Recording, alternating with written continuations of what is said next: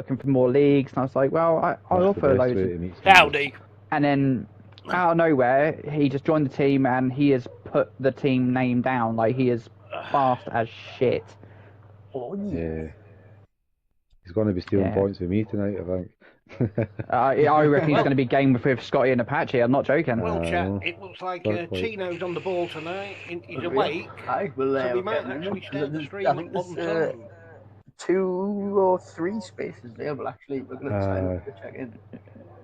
I don't think Max is in tonight. Seymour's not in. If Max said he might not be, if he is, there's 2 spaces. If Max isn't, there's 3. Good evening, good evening, good evening. Good evening, all. How are we doing? Good. Stu, are you able to get hold of him, or do you want me to do it? I've just messaged him the code. Sick. Alright, cool. Cool. Oh, man. Have we got a lobby? Running a new livery. Yeah. The lobby's up. Yeah, Running an updated livery today as well. The code? Yep. Please. It's 22. 22. Yeah. B for banana, K for kilo. B for balloon. B for balloon. No. And N for nonsense. Yeah. Any cars 22 what, Stu? 22 balloon, kilo, balloon, nonsense. It's got to be done, innit? It's got to be done. Balloon. Did you say banana nonsense? What the hell? Balloon, nonsense. Balloon. Nonsense. Banana nonsense. Oh, God. Stu's been on the iron brew, ladies and gentlemen. I've had my crayons today. Yes. There we go, I got it. I've had a couple of blue crayons, I got it. Alright. I just got room not found. Oh. What? What happened there? Nonsense. Is Tino being Tino? Oh, Would well, I your turn this week. Oh my god, this is ridiculous. Don't engine swap the blunderbuss. It's not good. Apache currently launching a rental van accounts. Ridiculous. Oh, I found it. We got a problem. We've got 4. Grant's happening in reverse. Right. Okay, let's try again. Enter room ID. And for any of those interested, so my dad has just joined the Discord just now. Oh, Cool. Sweet. Oh, no. Oh, it's not me. What the hell is Tino doing? I've just done a 360. 22. Bananas by the kilo. No bananas. Big nuts. Oh, no. I can't drive this car. That is the wrong car to be using.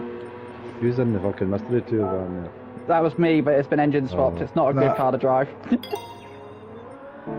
It's terrible. Oh, there must have been a warm day in Newcastle today then. Grant says lapping backwards faster than I can forward. What's he doing? Oh, do you know what? Hey, hang on. Get something that's actually drivable. I think I may have engine swapped this too. I'm not sure. We're about to find out.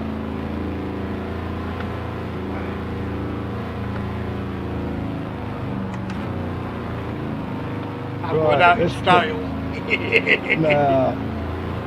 Now we got Eddie back. No. That's been took out by a white van.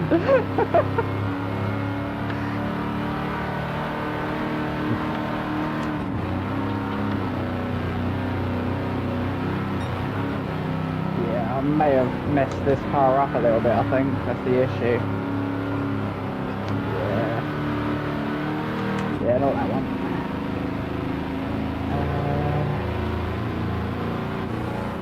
What should I go for? Oh. Sorry. Language, Gary. Language.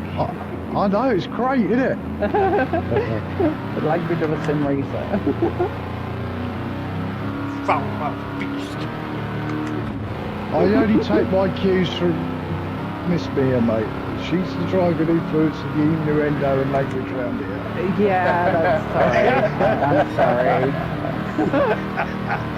I automatically go into that mode when I'm in chat with her.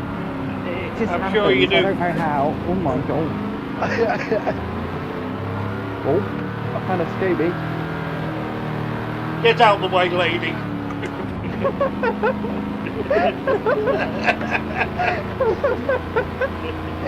Oh, those be fighting words. But beat up, fucking escort. Let's go. I see Lucas has just put on a Discord chat, so I'm not quite sure which one. Give the gold to Gaz or something. Vote Team Gaz. Something like that. I'm paraphrasing. I didn't really Team catch Tenor. it properly. Team Tenor. Yeah, Team Tenor, yeah. Team Tenor or Team Timu, whichever you want. Saga Holidays. Yeah. I'm gone. Eddie, I've got to say, I'm loving that movie, like, very evil, very nice.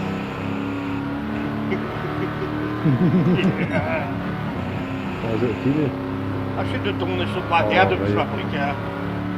Who's that? Oh, I can't turn. Whoops. That's very A+ driving there, Mia. I was impressed. Yeah. Yeah. That's how escort drivers used to drive, wasn't it? That's true. Can you get it Go upside down, round please? Back in the day, yeah. When you surfing on the roof while you was doing it. I tell yeah. you what, I used to wait for a scrapyard, and the amount of times I had to go out early hours in the morning to pull an escort out of a ditch. Yeah. Yeah. Yeah. It was an escort. And he wasn't talking or- about the car, boom boom. Oh my god, 1-0. Fuck. Oh my god. Look Oh, at my hello. bum! Look at my bum!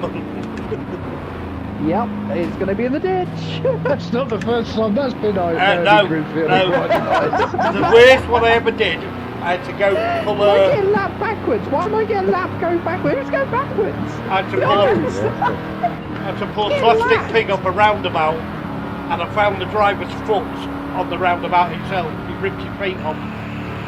That was a gory one. Yeah, I had something Patchy. similar.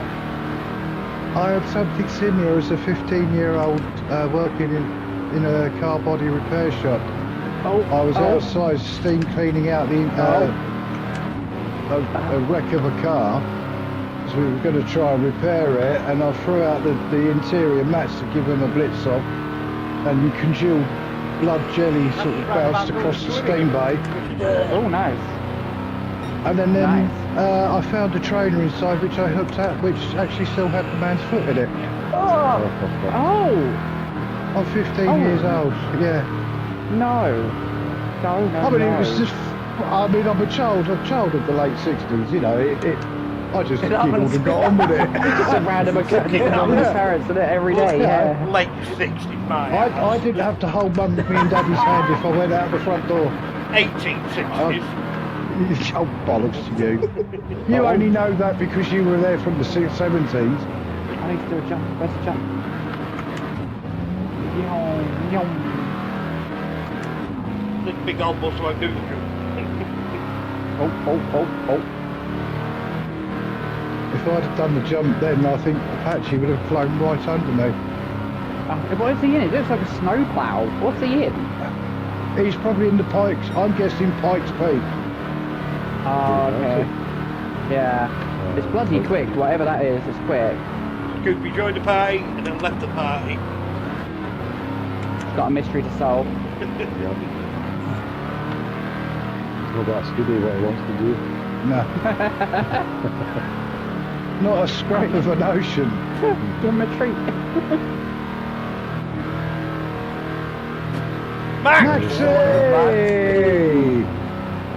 Maximus. Go on, say it. Hello, Eddie. Ladies- Hello, Eddie. Hello, Eddie. Chuck down, Jim. Someone said Scotty, and apparently I'm not touching I'll get on the way. Oh. I can't help it, I'm sorry, Scooby's back. Scooby's Sorry, back. Patchy, I can't turn. There we go. Hello. Hello. Hi. Hello. Hello. Is the lobby open already? I mean, the proper lobby. But The practice. There it is. Oh. Yeah. This the is mixtape just one. this is just the pre-match entertainment. Yeah. okay. Oh my god. Oh my god. Yep. This is not going to end well. Yeah, Oh, my no, game got testing that. round. My Wi-Fi doesn't let me into the game. Demo, they're starting the way Eddie starts his races. Backwards. Don't you start on me. Well, if it'd be good to just start, that would be enough. Yeah.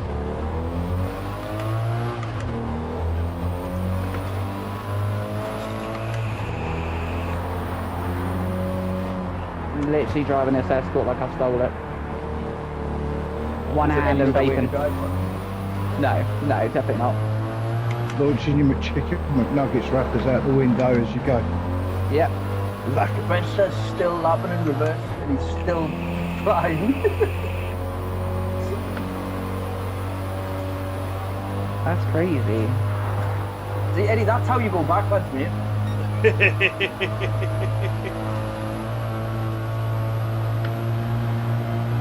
I want to go backwards, I'll just be to South Shields. Go back 200 years.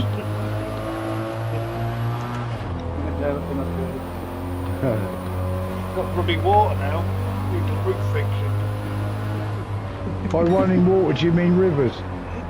Maybe running for water. I was going to mention something else, but I better not. Yeah, you just behave yourself, yes.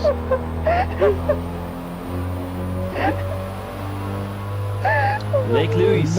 Oh god. Enough of your filth. Sorry. I'll never be sorry. Never ever be Don't ever sorry. be sorry. Don't ever be sorry for being yourself. Oh, Jesus Christ. Yeah, if apologies were warranted, like, I don't think Eddie or the whole camera would still be here. I'm just laughing Well, I so think much. Tito's got a point there, to be fair. Saying That sorry, was very valid. saying sorry is just a sign of weakness. Well, okay. Oh. Right, so, who got in and who got not got in? Rhodes is just coming shortly. I've just come to the conclusion that every time Papsy passes me, he's carving me an extra 2 or 3 inches of track to stay and whip. So I've just taken the fastest car pretty much I can. Jesus Christ. Oh, yes. 47.3. What the fuck has that thing got? 900 brake. Oh my Fucking god. penalty, what the fuck? That's why it's How are a you Pikes keeping on Peak the- champion. But how are you keeping it on the snow? Skis. Aeroplane one getting He'd upside say down. talent. But he's in a Scale X-Trix Oh, he's version. gone round outside of the fucking track. I can't even keep the escort in the middle, let alone... I'm around the track. having enough trouble in a four-wheel Always truck. in the last corner. In the first corner, probably. Oh, I think I've got the first one now. It's just the last one. Oh, There we go.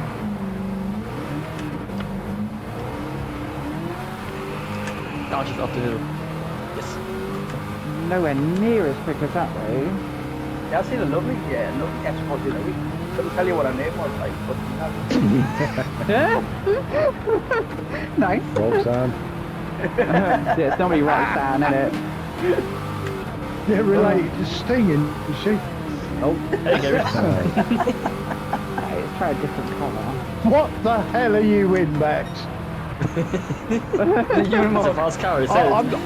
I'm not mocking you, mate, because you're still fucking baby.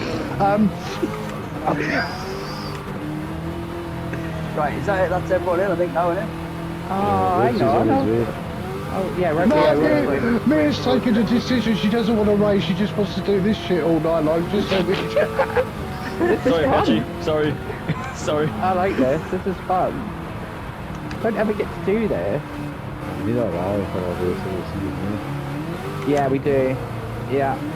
I mean, I know this game's not great for rallying, but it's still good. Oh, yeah. Got to get the old escort out for that one. Mm-hmm. The old bagger. Oh, I've got air. I actually got air then. Somebody got it. She's got in. Not mine, that was you. How many blue Smarties you eating today? You're on fire. I thought Tino was fucking hyperactive. He's Sorry, been drinking sorry, Sunny Mel. Delight as well. He's got his jokes out of cereal box, I think. You can use your Jarvis to write him a script. Been eating Cocoa Pops. Jarvis, you need my mate Jarvis out of this.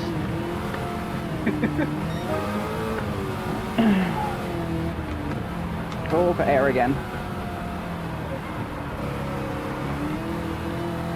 Right, that's it. I've got to give it a go because I've never driven it. What, a straight line? Oh my god, how the hell did he get through there?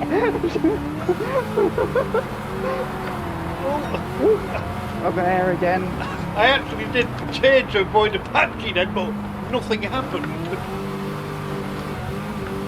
I've heard that one before, Eddie. Oh no, if I'm going to punt someone, you know I'll tell them. You ready tonight, guys? Am I ready tonight? No. Am I ever fucking ready? Looks like a flat earth and then they had war. If you're suggesting I'm ready in the fact that I might have actually eaten tonight where I hadn't done last week, which I think got to me a bit because I was getting stomachache. Oh, Yeah, And then just I- eating oh. as well. And then I had the code yellow incident in the sprint no. race where I had to sort of Hang on, park on the give me a side couple of the minutes racetrack so I could just tune my and run off violin. to the loo. Yeah, I'm ready. Sure, you took that corner like a boss there, like. You get no sympathy from me, you know that. I'm not asking you for fucking sympathy. I'm not asking anybody for sympathy.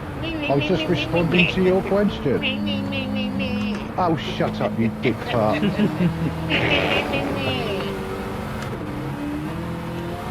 Listen, mate, you're stick Fossilised fat and useless- fucking self-compiled at point You- now. Hey, what?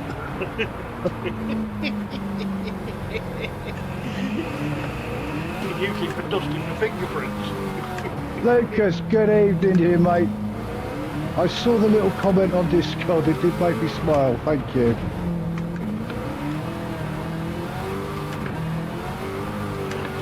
Made you smile. Did you have wind? No, I was being winded when I saw it. I bet you was. Torrents were thumping the shit out of you. Probably, yeah. Gary, behave yourself.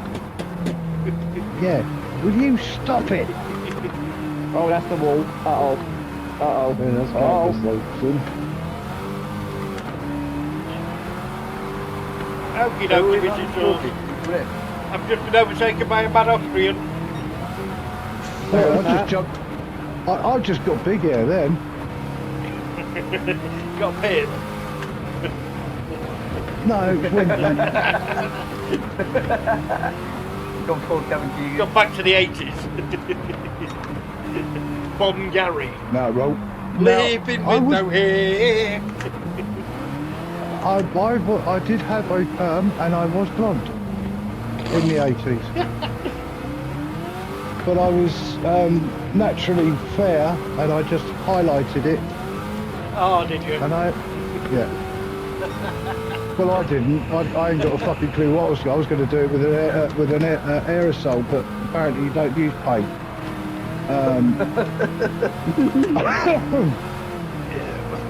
So my mum's hairdresser did it for me. You know, back in the 80s when it forced to have your hairdresser come to your house. Yeah, yeah. My next door neighbour. Look at you. That Look at happens, you, you know, honest. hairdresser. Yeah, my next door neighbour was a hairdresser. Well, I had a private hairdresser before Beckham, mate, I'm telling you. I still have the council thing, right? I had a right crush on her, I got on it. I know, I think I did it.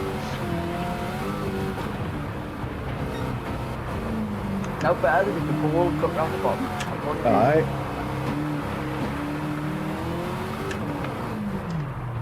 Thousands wait of on bullied someone. children Wait, would swear to that haircut. What? Coming in. The Beckham I haircut. don't know, he said he was coming.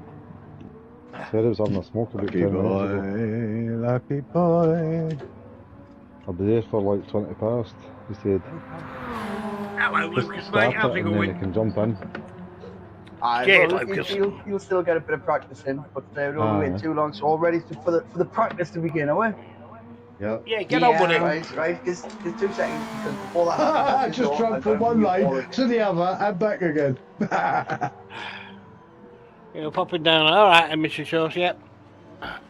Right, let's wall ride it. And and see how- Stevie's here. We're Hello, not going to just wall Stevie. ride it, are we? No. No, we're just going to snow plough the wall. Hey, do you know what? Out of you like out here playing on this, I'm quite happy that I'm 6 at the moment. You happy you what? 6 at the moment. Are you now 7th? No, I'm not. I'm 6. Oh yeah, you are. Yeah, shut up, you. Oh, fighting Contrary talk. Mary over Fighting talk. How bloody contrary Mary, We're right, going to huh? go somehow how to add into party chat as well, but for I've now, invited it's them. time Oh, let me to see. get the show on. He's pitching his tits off on fucking M&M's or something, isn't he?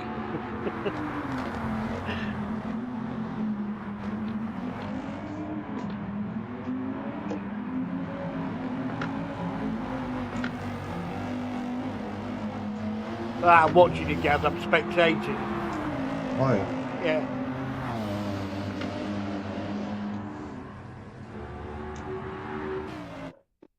You're not anymore. Okay. So, yeah, we'll go on track and feel Oh. Fugia's guessed it.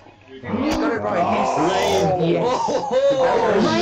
Oh, Spa with rain, ladies and yes. gentlemen. yeah. Spa with kidding me. rain. Yeah. Practice begins now, so get used to the ins and outs of the track and the conditions. Bro, I just had a 24-hour race here. We did ours. I hate this We'll track. have Old Man Stu out on track first. Of course we do. No, we Old don't. man That's Stu is Scotty. always... Not far behind. Scotty Ray out on track first. Or is it followed by Old Man proper Stu. wet as well? Shit. Well, this would be interesting. Scotty Ray out on the full Yeah. wets. Old Man Stu and Mihai trying out the intermediates as well as Apache.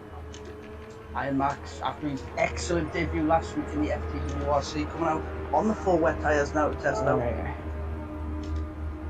With his nice Let new me livery there as well, everybody. snap.com.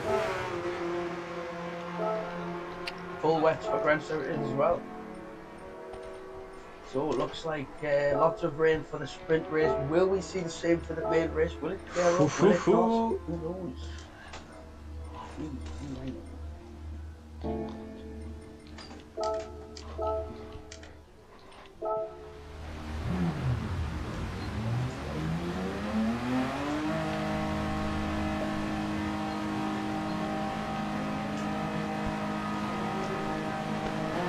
So along the way, one of the most famous tracks in the world is on 7 kilometers, 4.3 miles long, 19 corners with over 150 meters of elevation between the highest and lowest points. Either one of the quickest demanding tracks on the calendar, but a favourite of many.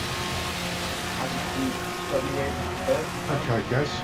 Halfway around the track now, we're listening to the bar on that side. Dear me, kid. This is the track off to the plane. He's waiting for on one end of the track, not falling on the other. So we're not supposed to be open within the race.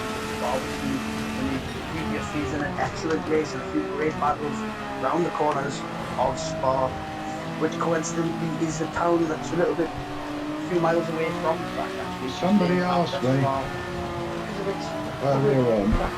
tourism and initial economies of natural spring water sports. I've got the wrong livery on, but there's nothing I can do about it now.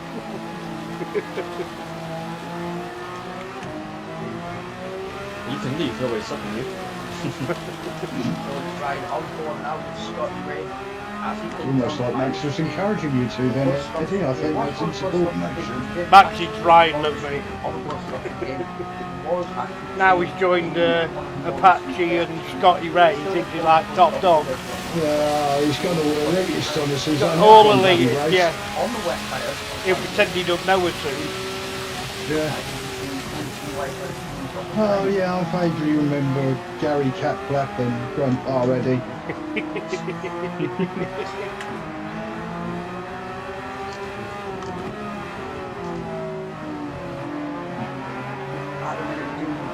Zealand are sitting second on the table after this first race, 131 points at the moment, second only to Apache, who's going to be sitting at the top of the table with 155 points. Brentford 1 point behind Scotty Way, 1 point behind Scotty Way, so all to play for here. Strategy's going to play a big part in tonight's race, with the weather being the way it is. It's all out, skill on track. Where are you two going? That's not the racing line. As we look further through, the battle continues between Old Man Stew and Mayor Skinner. 5 points is the difference between those two. I'm sure we're going to see a lot of battling between them. I know this is one of Old Man Stew's favourite tracks, very well round Spa. So it'll be interesting to see if Mayor can pull the pace that he's done. That's when I've got my radar on now. See who's at the side of me. So far this season, plenty of that.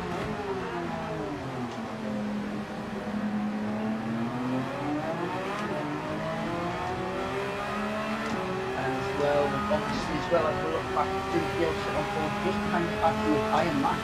Iron Max making his debut just last week and is now only 6 points behind Eddie Catflap. Eddie Catflap in 11th, Iron Max in 12th. Just how good he did last week to gain all of those points. Am I being picked on again? Yes. Has been picked as well. But as has Chicken Yoga on 1 place and 1 point ahead of Eddie Catflap. So again, Chicken Yoga and Eddie Catflap expect to see some fireworks between those two tonight because they are battling for position for each and every corner.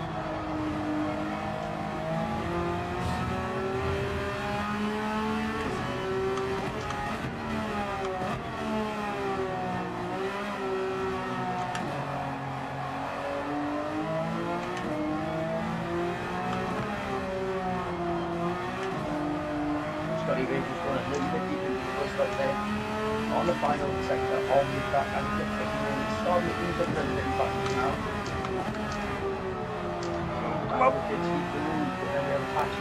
On the second penalty, just then Iron Max go then a little late off the exploded bus stop. Going to get the power down to Iron Max on the wet tyres, catching on the intermediate. Iron Max puts in the fastest lap so far on those wet tyres.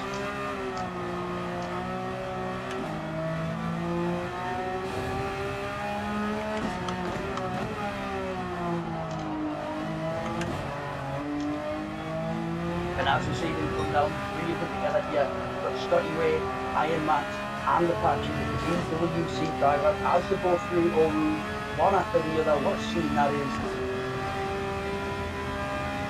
And again, expect to see stop raining from these guys as well. It will be very closely followed by Grensler, who will be in the pits, going to spoil the party for the FTWRC guys, and he's always got that in his arsenal. In fact, like this, with weather conditions like this, does play into the hands of Grensler, an absolute tactician. His strategies are with surgical precision with his pit stops, the way he maintains his tyres, which will be really exciting to see the way this one plays out. And it's not often in sprint race strategy plays a big part in strategy. He's going to be playing a part in this sprint race on the changeable conditions as Captain Jinxon puts himself second fastest. As I say that, Grensler with the fastest lap so far.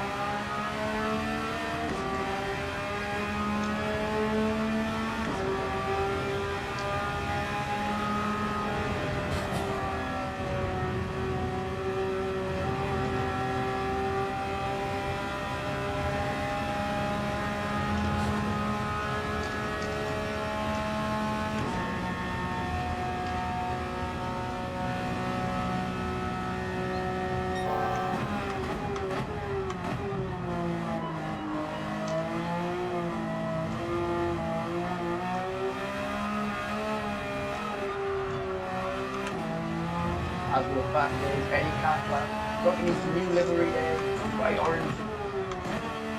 Team livery as you go as well. He's on the full wet tyres, probably third fastest lap on the track at the moment.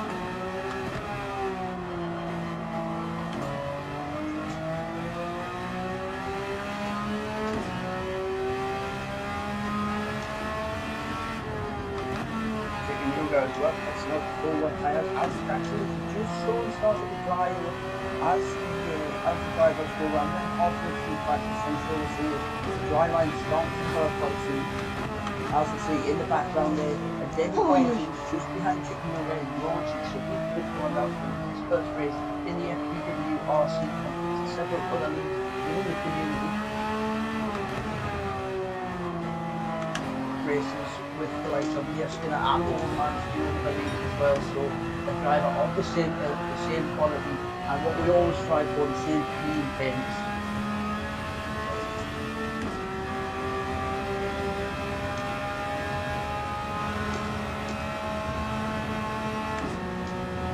Grandpa Garrett just coming round morning, edging down, going to be coming now towards Bouillon. Tricky corner, especially the driver going away.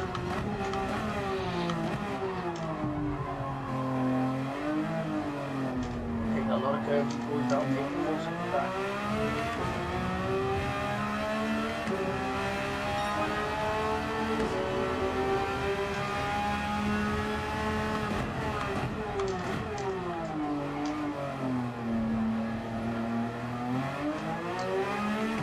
As we look back focusing now on roads as he goes flying through his representing Wales.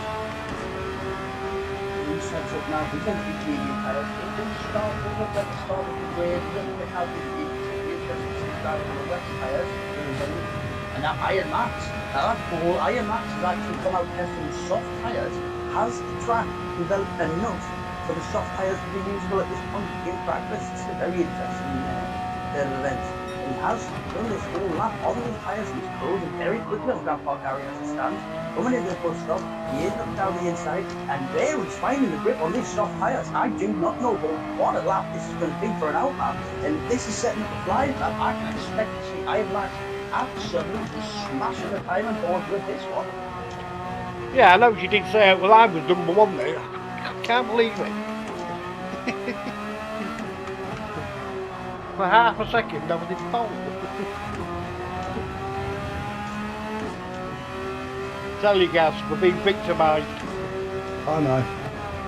Are we being spied on, is my concern. I don't know. Mrs. Sauce, how are we being spied on tonight?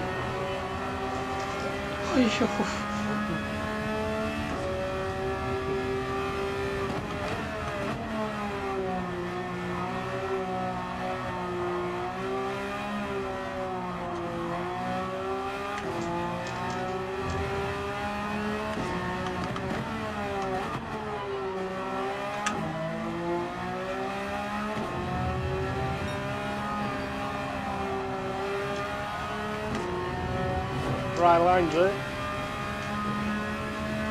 Yeah, soft's definitely the word. But the wood for you, you alien. Yeah. You now putting in the fastest time so far in practice session. He's done that on softs as well. As he comes back out, but he sees he's on softs, he has the fastest as well. Let's try some softs then. On and out, that's Book Max in his place. Still looking like he's going to be. There is the degradation on his tyres quite a bit so far, so there is still quite clearly a line that's starting to develop of the dry exit. Navigating the track unbelievably well here. Couple of spies away. Hello.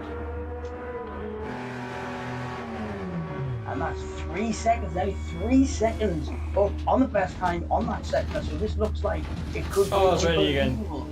Fuck me. Oh no. And Maxwell, just because you're 18 now. Still in the rain, but as you drive out of that rain, comes down towards. You can swear as much as you You want, can do whatever I Max. want. Yes, I know. Thank you. So it is very tricky track when conditions change, whether or not it's worth coming in to change or staying out. Yeah, coming out the pits, be careful. Different to the other, but now as Iron Max comes across the line, oh, and he's just lost the back end, and that was going to be at least 5 seconds off the fastest time as he's been just coming out of the bus stop. Did very well to keep it together for as long as it did. Obviously, Grandpa Gary and Patsy then coming around.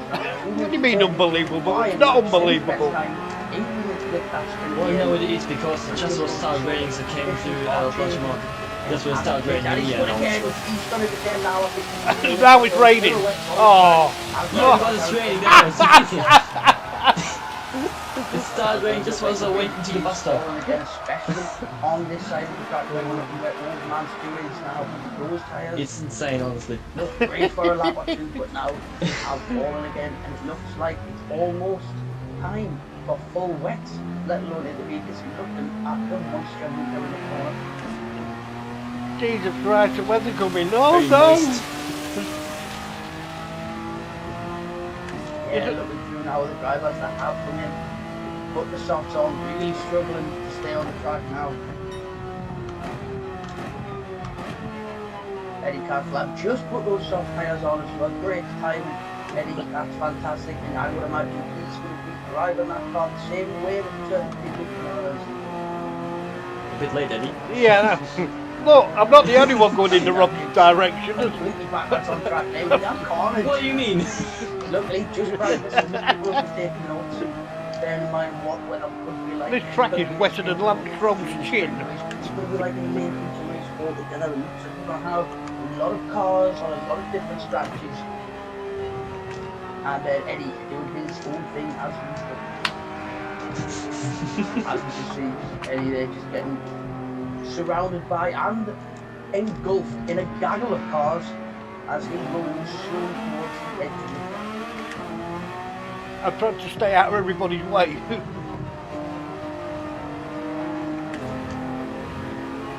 God damn it. Team Rory. Oh, that's a great livery.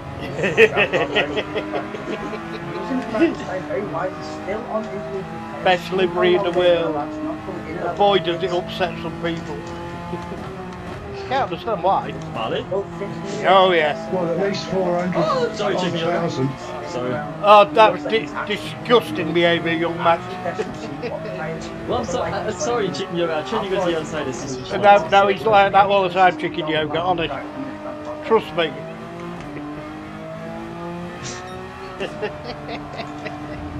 I'll get you a bad reputation.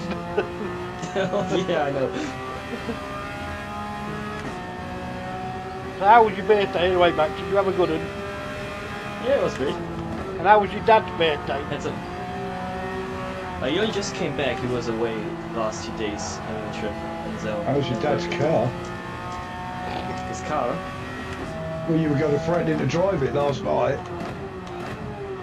Well, it's good. I'm not driving it yet. Hopefully soon. Currently, old man Stu still fastest out on track. He's on fresh softs now, so he's thinking that this weather's going to stay here for the last 5 minutes. See if he can get in a good time. He is currently still top of the time. LG, hello sir. And second place, tied at the hip. Who would you Jackhammer, expect to see hello. other than the Skinner? Less than a second behind on the timing boards. We are ourselves then 3 seconds clear of the time of Capitan Jigs. When we started quality.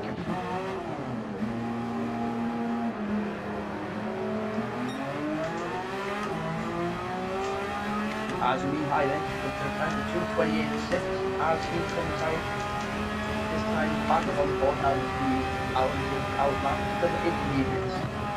But as you can see, if you look out in the bottom of someone's just depending on what part of the track is actually jump up from absolutely soaking wet to full dry in it. Click the fingers. It's almost as if Jackhammer set up this lobby.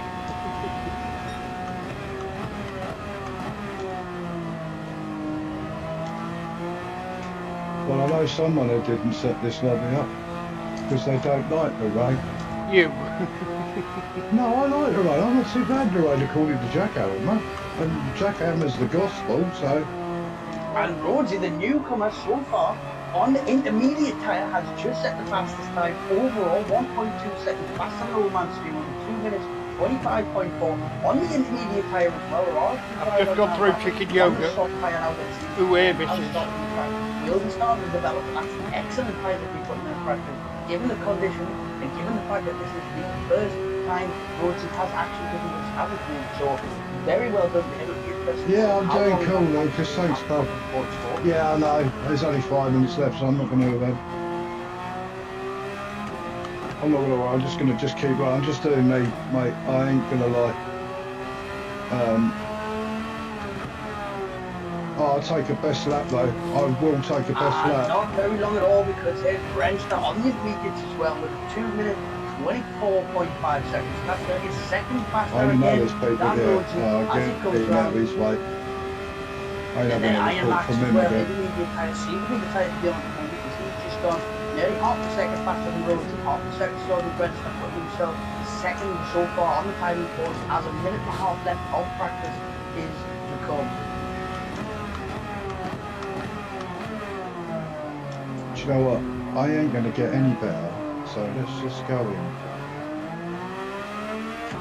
and reset. So some time starting to come in now. Chaos through it, they're doing but it's 2 minutes 26.9 after another good time. That's less than 2.5 seconds off the top time right now. Scotty Ray goes up into the third. So at the minute it's Grenster, Iron Max, Scotty Ray at the top. I forgot to bring a drink. 1.5 is the fastest for Grenster so far. Half a second between himself and Iron Max, who's definitely faster than Scotty Ray as it stands at the moment. I'll be at the last minute of practice. No, I don't even know why I chose 6th gear in Lucas. No, this part, yeah. Well, it does like the bit. I'll work that one out. Let's have a look, see what's going on. Let's show you guys what I'm seeing. Yeah, we'll just skip past it, don't worry. You mumbling Oh, to there's our yourself. boy Max. No, Lucas is watching me, so I'm chatting to Lucas. Oh, Yeah. is he alright? Is he fine and Yeah, he's dandy? okay. He's fine and dandy. I think he has been in your chat. Yes, mate, he is. to be I've said fair. that loads of times. Yeah. Scotty Ray, there you go. Sliding it round now. Team Alien, look. Those two are conclusion. I'll just give an extra minute for those on the lap, finish the lap.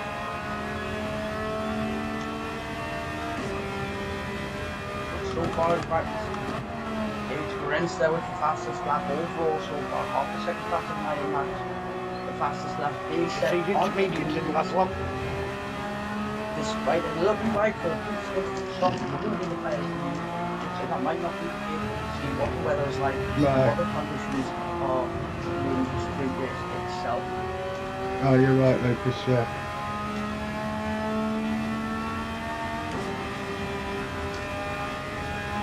I didn't realise it was a swap out with every week this week. Maybe it isn't, I don't know. Now you see Eddie Catflap just coming up towards the end of the lap now. And that is as good a time ever as to start qualifying. So ladies and gentlemen, boys and girls, time 5 minutes qualifying to the pre-season in 9 lap sprint race. Good luck, of Strong everyone. Front Good luck, everyone. Good luck, Have you're gonna fun. need it. Good luck.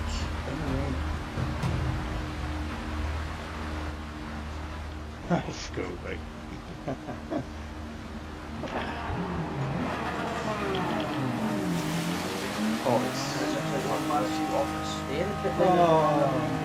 It's wet. It's really, really wet. You sure? Just behind Rhodes. Eddie, it's very microbious. I think I'm the last one out, so Go on, Max, go on. Druid's still there. It is on the driver's tank, so he upstream. Oh, Team Teenagers. Start the lap. And there is a car car very close to the shit. Coming through all these right now as I see. Mia Skinner has come out. Great move from Mia Skinner, getting out early, getting right. But no space for Mia now. To settle in, get this out lap sorted, get a tire in the window, and get a solid lap in.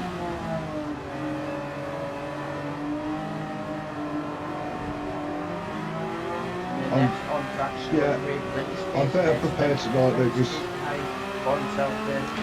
Why, you got your stupid already rolled? Yeah, they're for afterwards now, mate. Pre-rolled. Oh, yeah. 1, 2, 3, 4, 5 drivers within a corner of each other. So this is only going to spell disaster, especially in these conditions. As Eddie Catflap creeps up behind the dial, just waiting. Oh, Eddie Catflap doing Eddie Catflap thing. Life ain't easy with the Catflap, my man. Right up on the field, over the new house I want it heavy rain all the way through on both races. I would. I'd love it. Oh, just at the flight back, looks like Damon has spin. I've been throwing around the hairpin just towards no name. And I'm actually going off the front and going back on like this. It won't be intended to be given by BD, but I wouldn't be surprised, which you all know what they're like. At least you don't need traction control with this, yeah. It's like Damon's actually come out on the medium tyre, which is, well, now I'm looking down, that is potentially, the reason, is the reason, unfortunately, on the medium tyre. It's then Catflap-racing. Definitely, Grandpa Gary knows that. First flying lap of the sprint session. What the fuck you mean a penalty? Oh, This got one as well. Deserved. Everybody's getting a grandpa. On this lap. Very close now. Between roads and Yeah, Patchy, give me a fucking break, very man. little gap whatsoever between you. So, Oh, very difficult. Drivers behind oh, you. fucking caught it. And you make it attack move. All of the drivers in qualifying. Fucking here we You go. haven't left yourself much space. Then you haven't left yourself much space. Yeah, that fucking good, lads. You can drive fast. You know, don't get up my ass.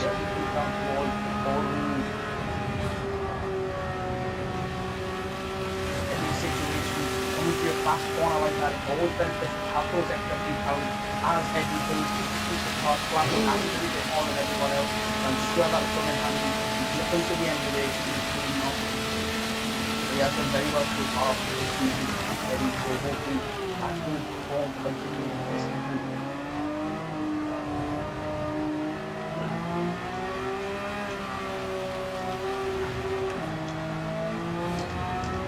Take back now. As he comes onto the demonstration on his flying lap, he's going to hit medium tyres.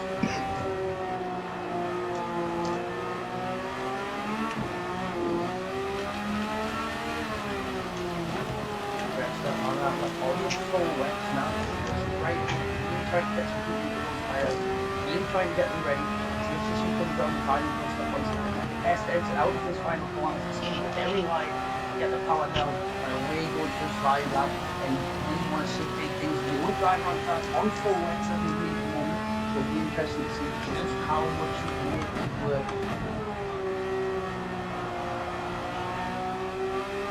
And then looking back forward to the front of the pack, we have Mia Skinner out into the front of the pack as she comes round now, heading down towards Blanchimont. Looking like a good time so far. Oh, you bastard. Scotty Ray, as you can see, just in the background, looks like the air pulls a little bit down there.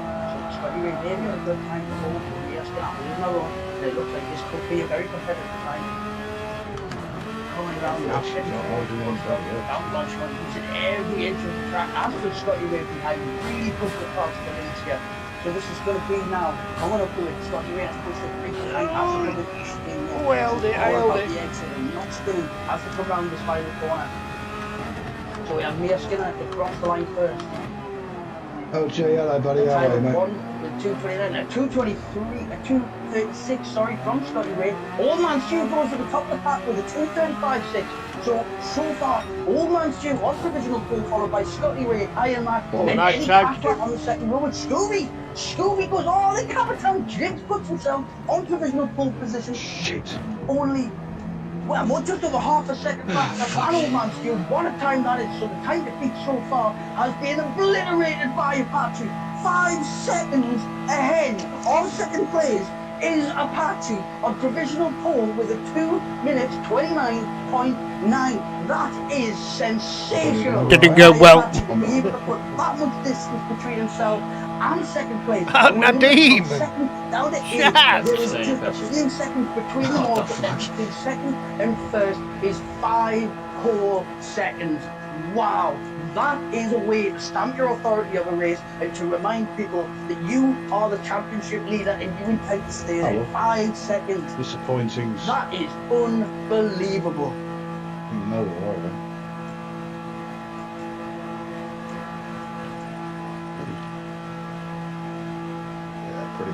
switch it to.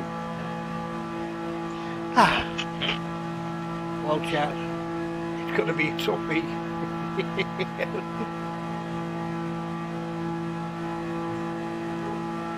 Wetter than Gary's bedroom. Well, first thing in what the a morning. sprint race we have. Oh, Grenza's going faster! Grenza's going faster! Grenza's half a second off her. And Grenza on the full wet tyre. Cheers, It's going to 2 LG. minutes, Have a good one, mate. 29.4. Themselves nearly half a second ahead of Apache on the front row. So it's a Grenza Apache front row. We've seen it many times before, but what a lap that must have been from Grenza there. When I thought qualifying was all said and done and all the drivers, and then there was Grenza right at the back on full wet tyres to take half a second out of Apache's already tremendous time. Oh dear. Unbelievable start to the evening.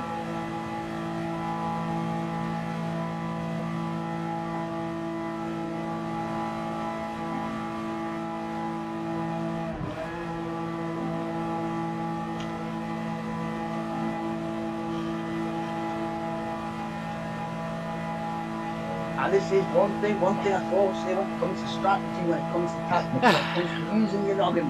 Grenza is always up at the top, he's always strategic, he's always got the ideas to make the moves, and that is just a demonstration of exactly what he is capable of. And what a qualifying session that is. Oh my word, Grenza, pole position with a 2 minutes 29.4, followed by Apache, Scooby, and Scotty Ray.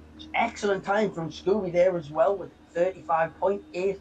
Unbelievable. Pippin, Scotty Ray to the position, so they both make out the third row. Iron Max, Chicken Yoga, the next down the pack. Then we have Eddie Catflap, Mia Skinner, starting side by side.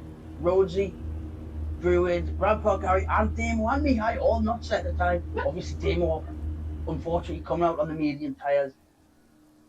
Wasn't very fortunate, did have a bit of a spin, so we'll be starting towards the back of the grid. But the story of the session there was initially 5 seconds off the time, up in front of Apache, and then Grenza coming in right at the last second to take nearly half a second out of that time and put himself on pole position. What an unbelievable qualifying session. Grandpa Gary talking Scottish, he's gone for a wee break. So what we'll do now, just give 1 minute, everyone, if you want to get your race tyres sorted, get yourself sorted, everything, and then we will begin the 9-lap sprint race of Spa-Francorchamps for round 6 of the FTWRC.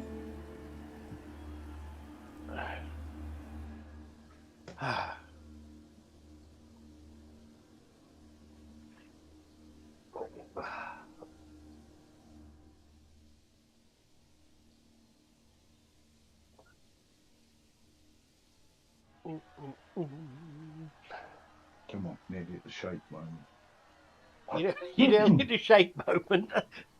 There was that broadcast. Yeah, are you on the bog with your headset on? Thought I muted the mic. It's a wet race for Gary. Literally. Oh God! Oh,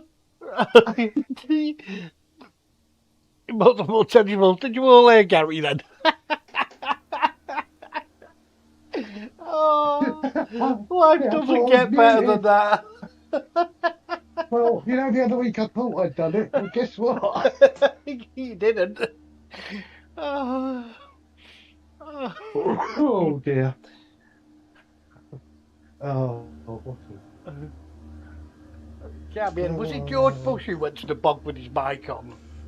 I know some president went, some president went, he was doing an interview and he went to the bog with his mic on. You could hear him pissing. Oh dear. Unfortunate, because there's only one other person watching at the moment. Oh, it's all right, Mrs. Sauce heard it. Mrs. Sauce heard it, mate. Oh dear me. Oh, I don't care if I come last now. Oh, good. Oh, good. I could do with the point. Mia, did you hear that? Oh, please tell me Mia didn't. I don't know. I can imagine it. I don't even know. Go on, mate. No, it's fine. I'm sure it'll crop up at some point when she heard. Yeah, no. We all heard it, Joel. Lol. Jack Hammer, yeah, thanks, mate. Oh, dear. Oh, God. Only on a Tuesday. Right, so once all drivers are ready, just throw up an R in the game chat and then make sure we know you're ready. Are you on your tyres, Gaz? And then we will be good to go. Sorry? What tyres do you want? Proper tyres, yeah. The I've ones got- I want. Yeah, I've Oh, got there on. we are. Here we are. Here we are. How are you doing? I was deaf for a minute though. I couldn't hear it.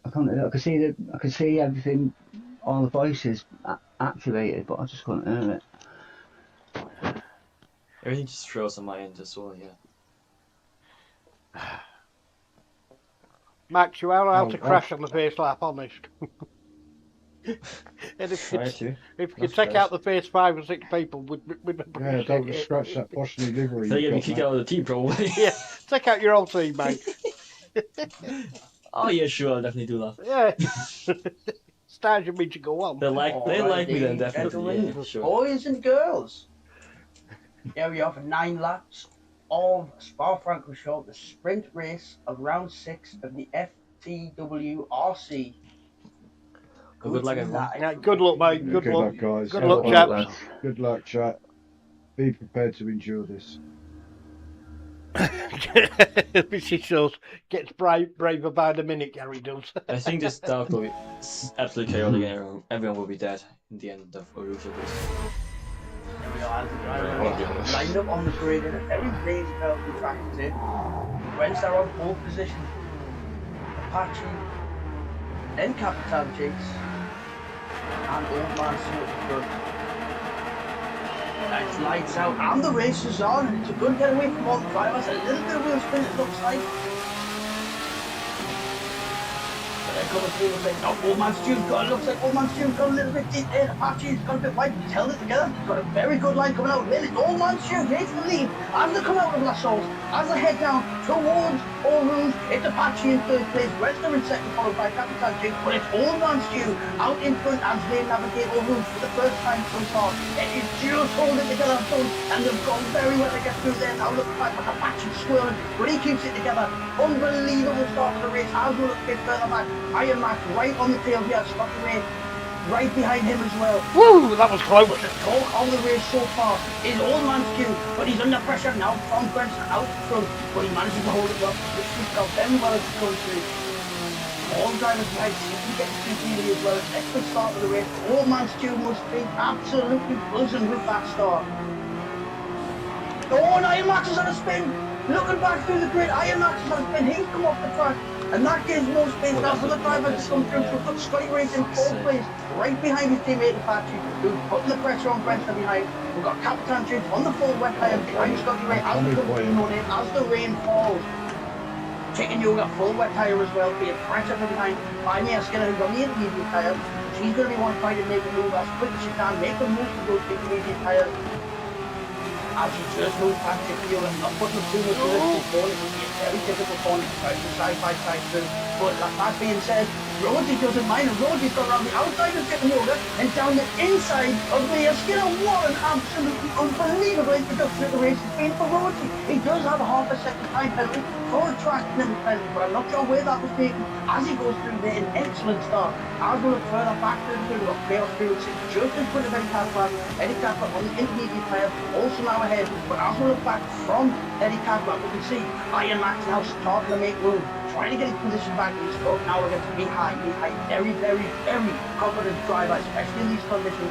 Not always made the best calls strategically, but on the tyres that he's on, he always makes the best decisions on track. So now looking to see Iron Max now alongside Mihai, just taking that position as they go to Blanchemont. Mihai just let them through there, knowing that it's a bit risky to do anything other than that, but he also knows that by doing that he slows it down and gives Scooby a chance to start closing that gap. And behind him we've got on the intermediate tyre, Rampart Gary. I'm not sure what happened to Damo. I've only just flicked back through here, and Damo always on the medium tyres again. As he comes through the penalty line, as he goes forward, another very unfortunate for Damo to be on the medium tyre again. But looking forward to the front, old man Stu still holding his lead out in the front. 4 tenths ahead now, Brent's still in second. As they come down again, 2 balloons for the second time. Looking back at Brent's position for 7 tenths on Apache, but Apache is being tailed by his teammate Scotty Ray. Teammates outside, but in this league, there is no team. They are vying for the top position in this league, and currently they are battling, but it's Grenster who's also there with it, so they don't want to slow each other down too much, knowing that Grenster could then have the opportunity to take it back, as you can see, take it back. Trying to push Apache a little bit further towards the front. There you go, mate. No worries, my man. And there he needs to slow it down. A very tricky game to play. And then from Skunk here, we have Captain just behind, just losing the back end a little bit, holding it together well. As he's just drifting, he's going sideways round that corner. He's driving that car at an angle Pythagoras couldn't figure out. Unbelievable car control by Captain Jim. As he comes round the hairpin now towards no name, being closely followed by Mia Skinner. Mia Skinner now just starting to make a little bit of a gap between herself and Chaos behind, who is battling side by side, and he's just got the better of Rhodes there, who's backed out, and it's now Rhodes right up behind Chaos Druid. But looking behind that, there is no time to be wasted, because just behind there, that is the front foot of Iron Max. And Iron Max has shown in the one race he has taken part in so far that he is more than capable of taking positions left, right and centre. So he's going to be waiting for an opportunity. These two battling side by side again as Rosie goes down the inside. Another excellent move there. Come on. Very, very well. Not to waste any time, not to put up too much resistance and cause any issues that might drop the back from the back, but does give Iron Max that opportunity now to get bumper to bumper with Chaos Druid, who's going to be looking in his mirror while looking forward. Iron Max just a little bit sideways there as well, all being followed by the view of Eddie Catflap. You can see it all unfolding ahead of him, knowing that Mihai is not far behind him, half a second, and Mihai has the ability to go past people. So Eddie Catflap will be trying to put that out of the back of his mind and focus on staying in touch with Iron Max, which is going to be difficult because he's never been able to stay in touch with himself. He touches himself all the time. Now, pressing right on the tail of Chicken Yoga, and he's got the run on Chicken Yoga, and he's following Grandpa Gary along in the slipstream. So the 3 of them now coming into the bus stop chicane.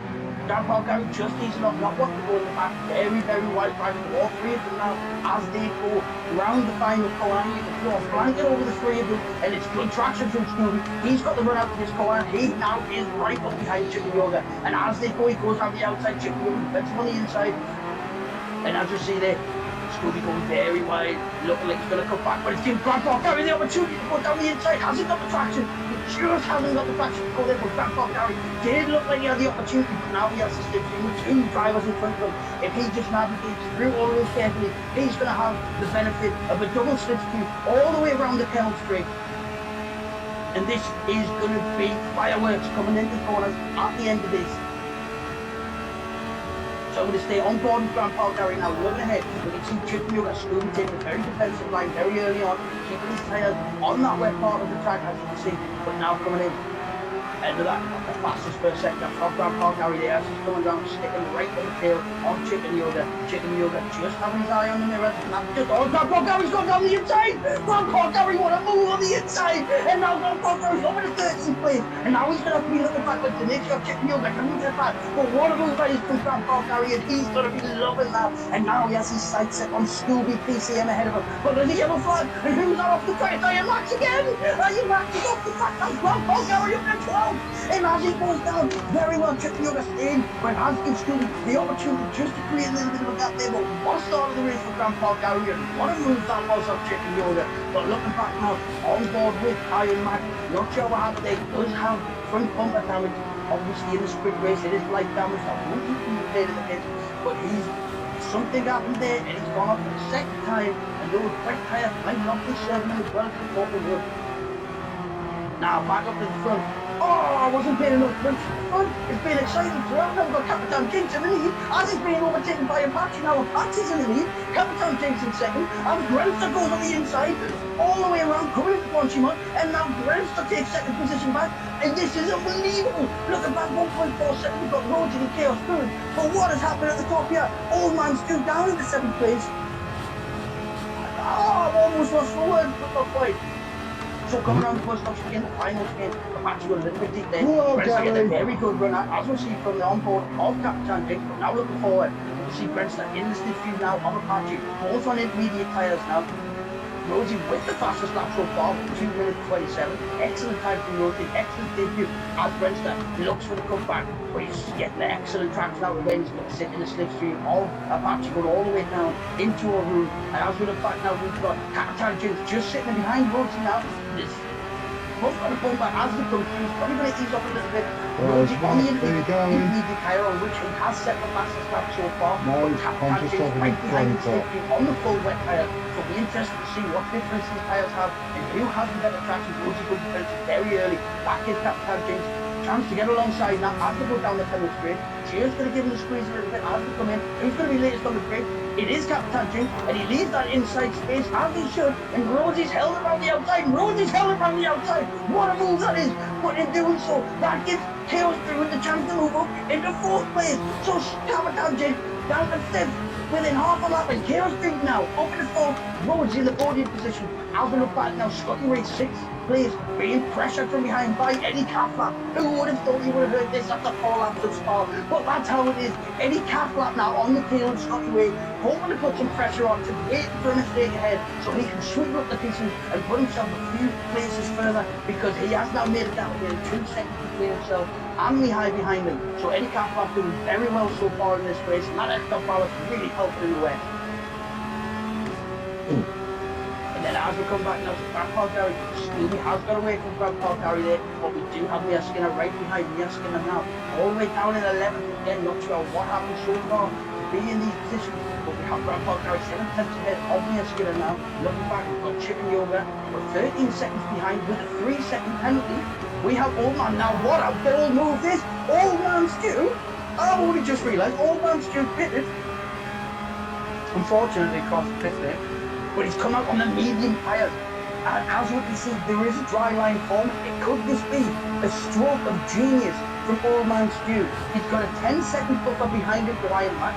He's got 13 seconds ahead of him to Chicken Yoga. So there's no reason why Old Man Stu needs to deviate from the racing line. If he stays on the racing line, then in theory, he is on the fastest tyre of anyone so far. This could be an absolute masterstroke from the man who lives and breathes Spa Francorchamps. So wow, what a start to the evening this is. But that penalty now does give Iron Mac, and Iron Mac is on the soft tyre. That's why he's as far back as well. My word. So with this 8-second gap, now 7 seconds because of that penalty, it looks like by the end of the next lap or two, we could be seeing a battle between Iron Mac and Old Man Stu, but we have more people coming into the pits now. Captain Jensen's wet tyres, very worn.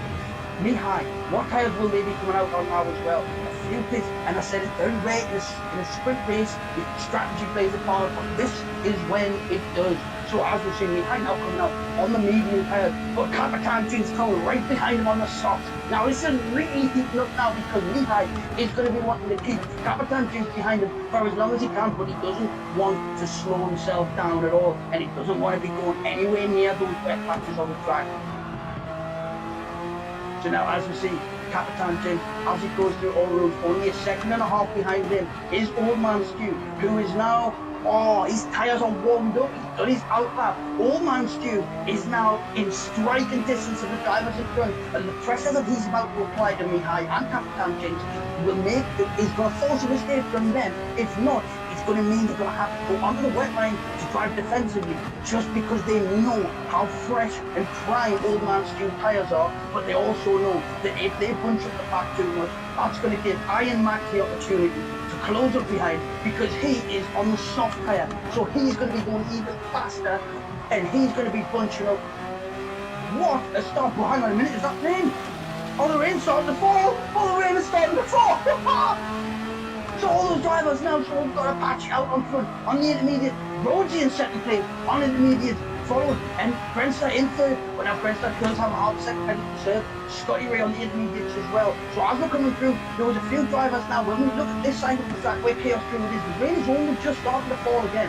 It is only just starting to fall, but when we look back onto the track where the slick tyre drivers are, the rain is starting to fall. They are on the wet side of the track, and now Captain James struggling to stay on the track. Old Man Stu being very careful. He's managed to go past it. He's hit his braking zone. That's a very good overtake from Old Man Stu, given the circumstances, and he's managed to make the position stick. but then you see behind Captain just slides off as well. Iron Max on the soft tire, even worse, he's in the battle. And just as the track started to dry up, the dry line started to develop, all the heavens have opened on this end of the track. Oh my word, this is unbelievable. So now looking back to the front, we have Apache still in the lead, 1.2 seconds clear of Rogie in his first ever FTWRC race. Apache look to have the victory between his teeth right now. Looks like he's picked the off-road tyre as he stays off that dry line, making sure that his tyres stay wet, stay cold, and don't degrade any more than they need to. Very intelligent driving that is for Apache in himself. Every bit of wine has that airflow next to his name. Brenster now goes down the outside. All roads, he manages to keep the position. A very good move from Brenster. Just deal with a little bit of a snap. What the fuck's this game? They're going to pencil going off track using time. What the heck? He's going to be looking at keeping these tyres moving. Degradation on dry track is terrible. Yeah, well, I go off the track, lose time, and still get a penalty. That's just stupid. So now that bit, yeah, I don't get, mate. Right in front now of Rosie. Scotty Ray is right behind. Oh, Rosie's got tight there. I'm actually thinking of drift moments going on, but now that gives Scotty Ray the opportunity to look down the inside as they come through Coyon, and Scotty Ray takes that position, and there's just a little bit of contact, but not enough. I want more rain. Scotty Ray's got the run on Grenster, and Grenster's just kicked up to the side, hasn't got up the track a little bit, held it well, but Scotty Ray now goes through into second place. Now Rosie's looking down the inside, he thinks better of it. A little bit of a brash move, but he made Grenster think about what he's doing. So now it's Scotty Ray in second, Grenster third, and Rosie in fourth. But looking further back, we've got Chaos Druid, marking very consistently there as well. Got a bit of a buffer between himself, Rosie, and himself, and Eddie Catflap. Eddie Catflap now still on the intermediate tyres. Still, the consistency of Eddie Catflap doing him very well now, because through all of the battles, the pit stops, the strategy, Eddie Catflap has just been consistent in putting in times on these intermediate tyres, and he's now sitting in 6th place, 11 seconds ahead of Scooby behind him. Very well done, Eddie. Let's keep this going. Now we've got Scooby still defending the Mia Skinner. Scooby on the inters as well as Mia Skinner.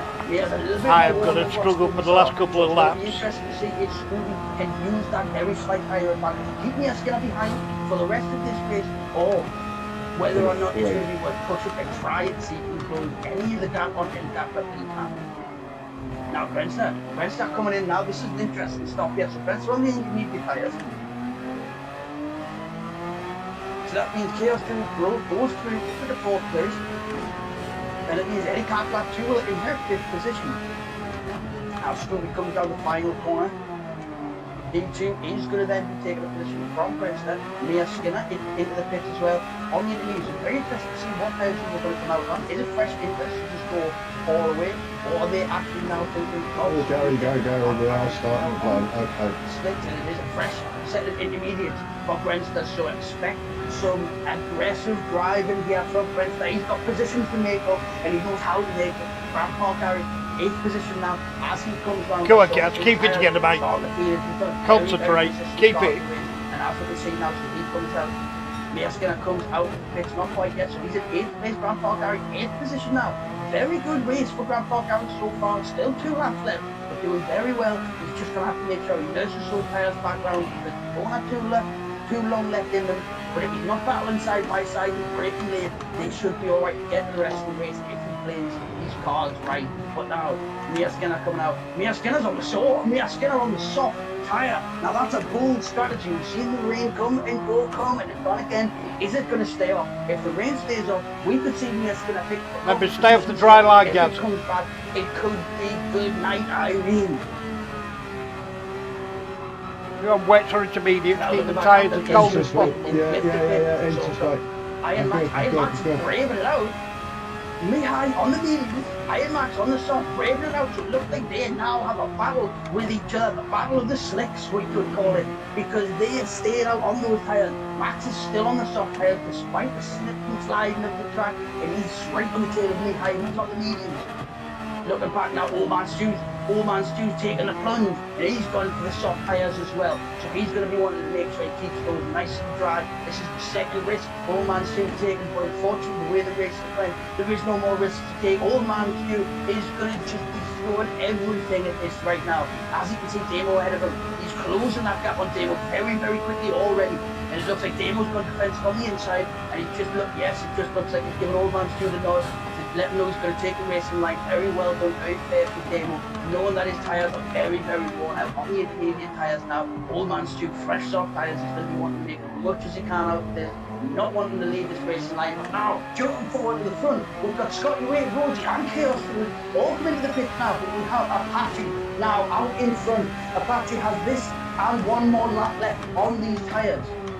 We know that he's capable of making these tyres last. However, we also know that he's also capable of running tyres into the ground. So it's going to be very interesting to see if he does this, the way it's going to go. And throughout all of this, yes, you hear me right, Eddie Catflap with 2 laps to go is in second place. Eddie Catflap is second ahead of Grenster. Grenster's now pressing Eddie Catflap for the second place position. Eddie Catflap, he hasn't got the way out the corner.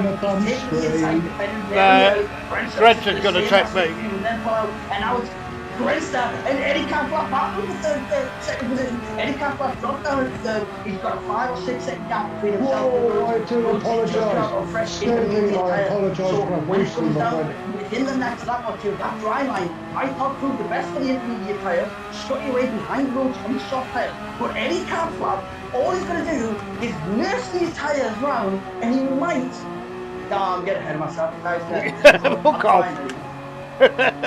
But Rhodesy, fresh intermediate versus Scotty Ray's fresh soft behind. So as you can see there, Rhodesy just getting onto the curb, spraying up some of that water. Scotty Ray is going to be staying tightly to this racing line, tight to the dry line, not wanting to veer off anywhere he can. Oh, Eddie Catflap just looking to go.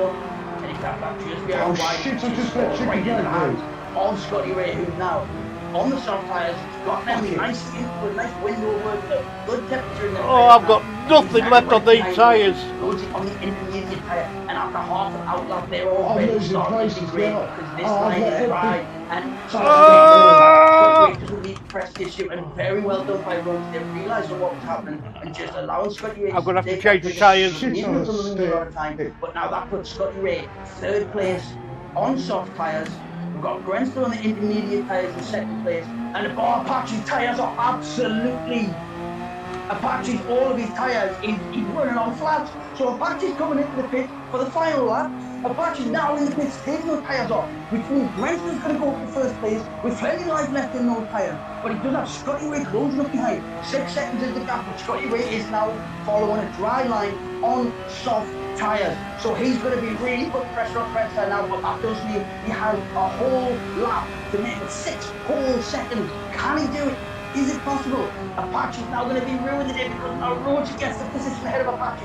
As Apache now coming into his box, the tyres are getting changed. But now Grenster comes down to a room on the final lap of the sprint race. Yeah, mine have. Place, followed by Scotty Ray 5 seconds behind, just followed by the Passing on the right, Jurgen, passing on the right. Go. Just it's a 3 second penalty he's to in me. fourth, he's got the softs on. He needs to make sure he stays off that way, stays on the dry line, because right behind him, that's it, right behind the time we changed, got Chaos through it. They just didn't hold out long enough.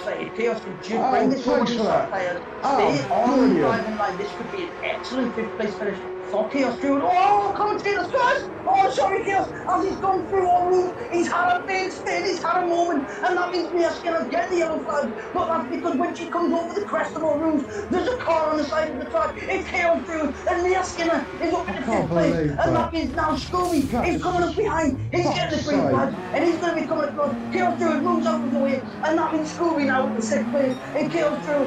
Oh, it was all going so well until the commentator cursed at the part, and I had to apologise because he lost the ball over the bridge of all rules and dragging on. But now jumping back, we have half a lap left between Grenster and Scotty Ray. There was 6 seconds to start the lap. There is 3. Oh, Damo's joking. It's the left. Grenster through. But now, as Rhodes comes through, Rhodesy now 6 seconds to the gap. It looks like Grenster might have done everything he needs to do to claim this victory here.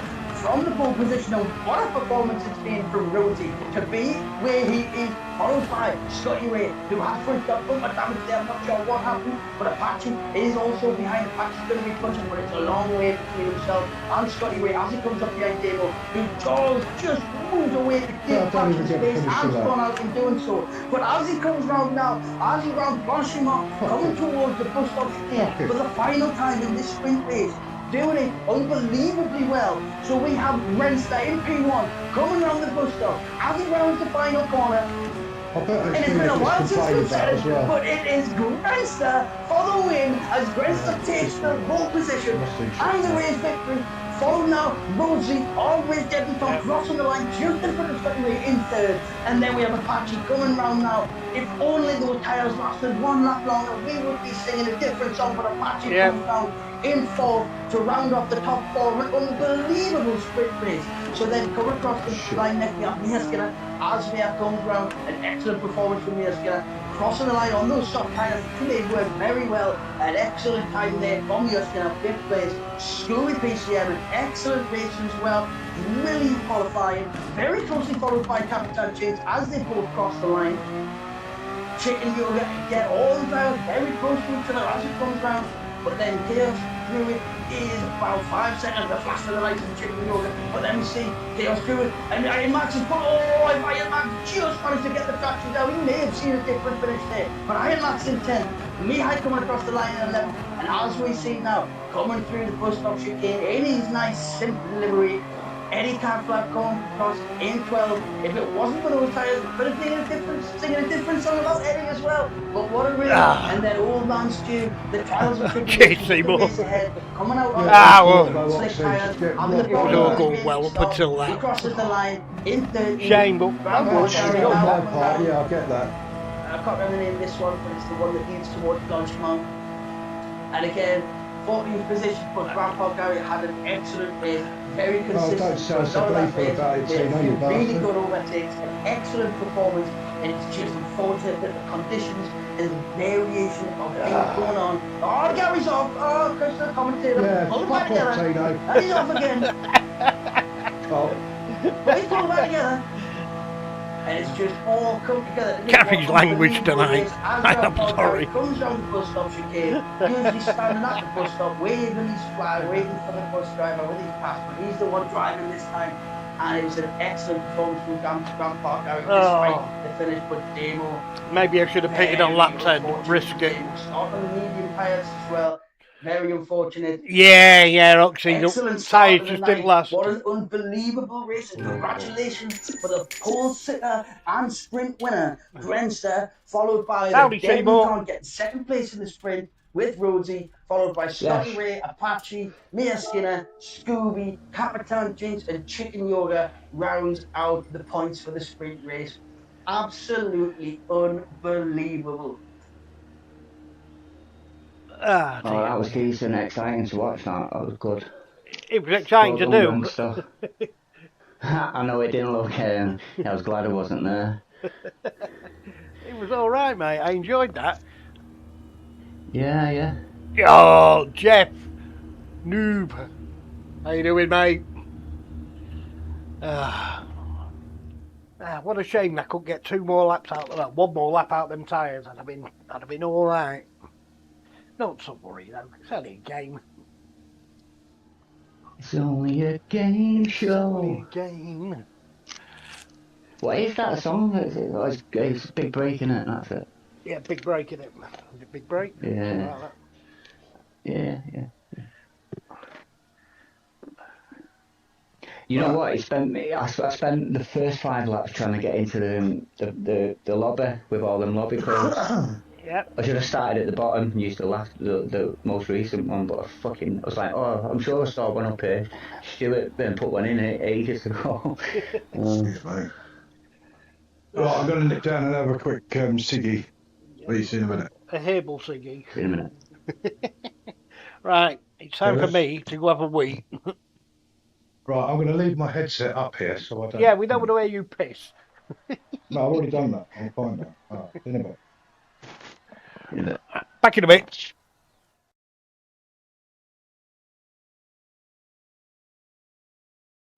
Hello. I want to talk to you about my urine leakage. But first, let's get comfortable. Tenor Men absorbent protectors are designed for men. Fits discreetly into my underwear. You'd never know. And they protect like Tenor. No more dribble dramas.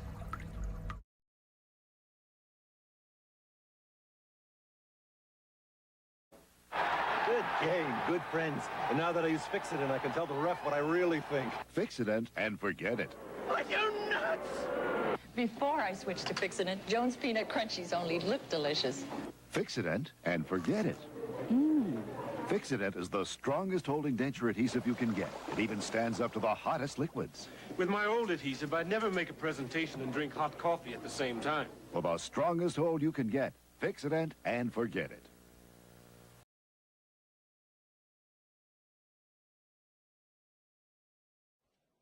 Don't buy wigs that come off at the wrong time. Maury's wigs don't come off, even underwater. And remember, Maury's wigs are tested against hurricane winds. Don't forget about money. You can afford a Maury wig, priced to fit every budget. So call me now.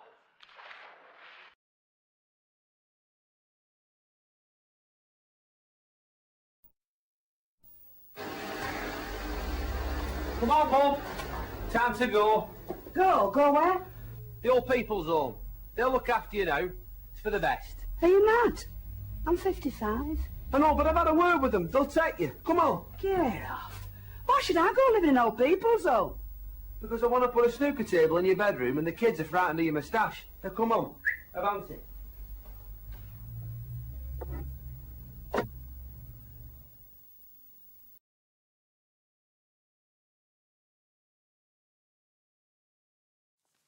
Oh, wow, Gran, this is ace. You'll be living like royalty. I can't believe you actually own a place here. George is helping his grand move today, you know. I can't imagine getting food served to me. Do they use straws in that? Sitting watching telly all day in a pokey room with some poxy garden view. Don't they have them like sit-in showers? Best luck to George's gran. George's gran.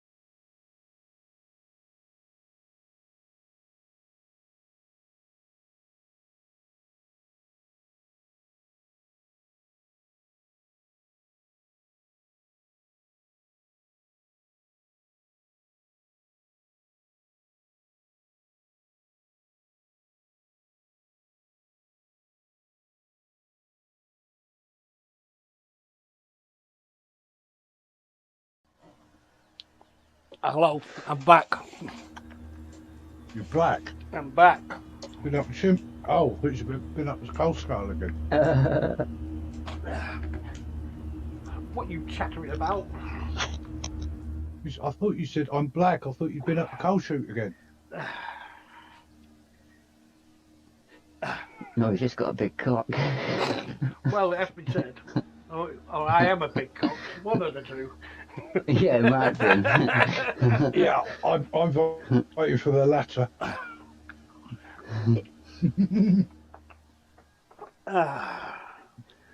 Well, that was an interesting race. Yeah, it was. It was. It pissed me off. It was a blatant disaster for me. I'm sure you can join us at some point, well. Jeff. You know you'd be more than welcome. Alright, so if I never believe everybody's anything ready, says. we'll quickly get these event settings changed. Okay. What's he giving us now? Snow? Sandstorms? Geostorm. Ready for the feature I race. think it will be dry. 27 laps around Spa, Franco Shorts. Quite a lot of changes there. Rain, That looks interesting. And we will get this underway ASAP. So once everyone's checked in, start qualifying. Until then, nobody out on track. Everyone must stay in the pit lane until qualifying starts. And then we will get going. And what an unbelievable sprint race that was. Very exciting. Fitting on the track. You know, it's such an old track, even the token point of many, many historical moments in racing, be it through dangerous crashes, horrendous fast sections of the track, or any Catflap. Either way, it's all picking on me again. I've done First this. was actually 1921 round spot, but only one guy signed up for it, so Cool, he eh? didn't go ahead of the pace with the motorcycle race. So good idea to give me a play. I mean, they could have given the guy the win, you know what I mean? But they didn't. Yeah, it's just how it is. And ever since then, throughout all of time, there's never been a Grand Prix held at Spa that's been won by a Belgian. So Kit Kat. So now just waiting for me. Only 27% of Belgians, the people in Belgium are from Belgium. Ah, there we are. So that's everyone ready up, ready to start the qualifying 10-minute qualifying session for the 27 lap race around Spa-Francorchamps, and it begins now. Will old man Stu get out in first? Eddie, called me Jeff, you've got to get ready to drink some Kool-Aid. No, it's from the practice session we did on Saturday. Qualifying. Wet race. Penalty and damage Kool-Aid. Out first, get ahead, get that lap in. Old man Steve, setting out on the track. Here we go. Inseparable they are in points in terms of vicinity.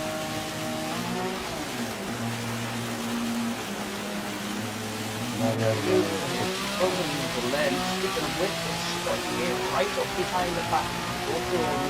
And the rain is really falling early on. It's icy patch to stick straight over on the Takes about half a second down to the really serve on that before the start of the prime lap. Nothing was set to lap, but the only difference is the execution. Now ahead of the race. We've got loads of excellent performance from those sprint race. 11 minutes for Wales. Whoa, where you going, Max?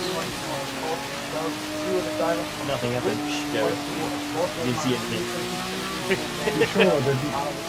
I might be blind, but...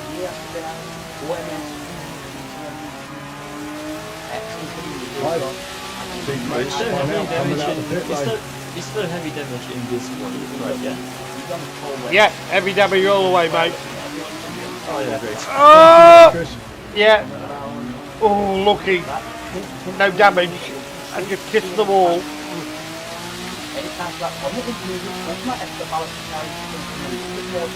Picking on me again. tell you, I'm going to South Shields and I'm going to poo on his doorstep.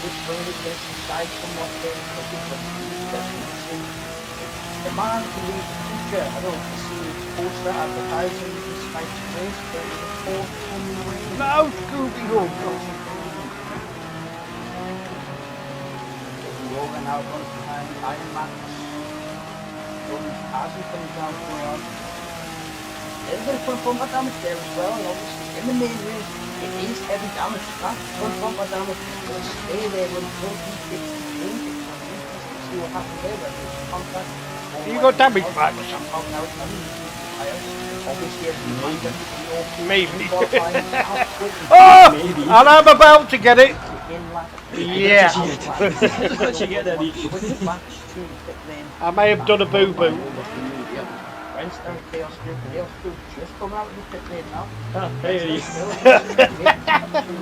Well, what in my car to match yours?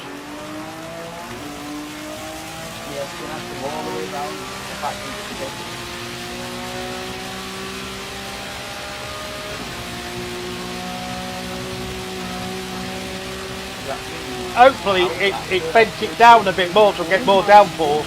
Is that how it works?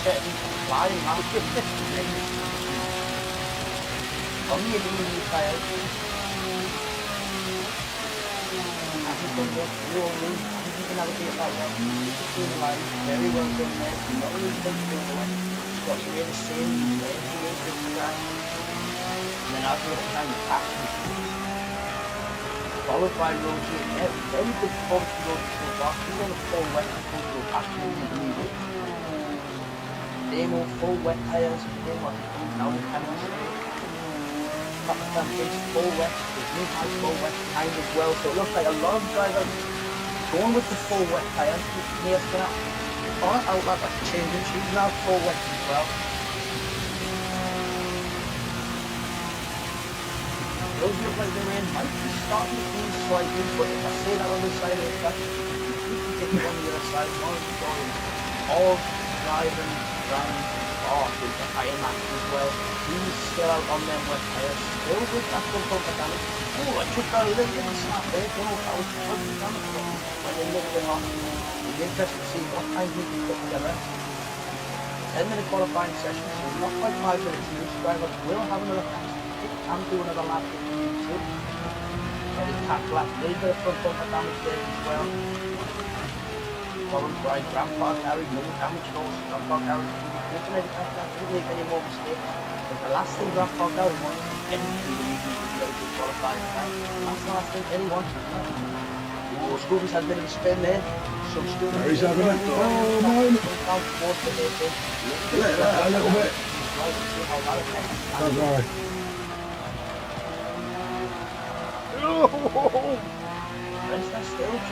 I've just poo-on the poo-on. Opening the spin, goes forward a little bit, traction, dries up a bit more, just gets it more manageable work with the road.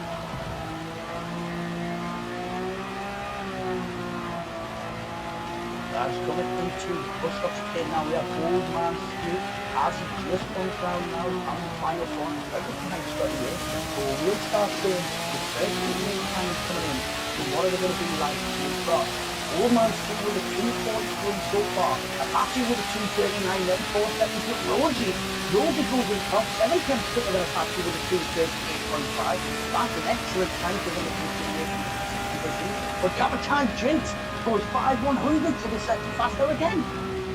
Then Mihai goes on to the second row, he's been fourth, but that's immediately taken by Chicken Yoga. He puts himself in fourth with a 2:40.1, but at the minute we still see Capitan Trent sitting on provisional pole as it stands. So just coming through the bus stop stint, Eddie Catflap, what's Eddie Catflap time going to be as he crosses the line? After 7th place, so 2:44 for himself, Grandpa Gary with 2:45. Very close together, they are coming through here. So they've got a chance now to do a second running lap on that. And still carrying that little bit of front bumper damage. Now Scooby, a little bit of front bumper damage for him as well. He's now starting his flying lap. He's just got to shoot. He's getting on the driver to front.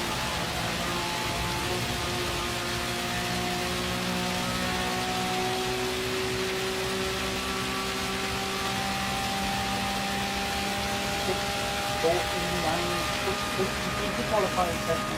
Oh yeah, this is going to really move out of the game. It really is. I don't want him to start from the back so we can laugh everyone out like that. Boy, waiting for this terrible end before he leaves. It looks like the way might just be doing that. And then I think this is the side of the track, and it was not. It's picking up half a second. Back to the 10 he's got no damage, no wet. So if you keep this one together, he's standing good time here. Yeah, Skinner not far ahead of him. On track. Oh, Scotty Ray now. Oh, he's drifting that one sideways as he goes down there. He's another half a second penalty. So does Chaos Crew behind.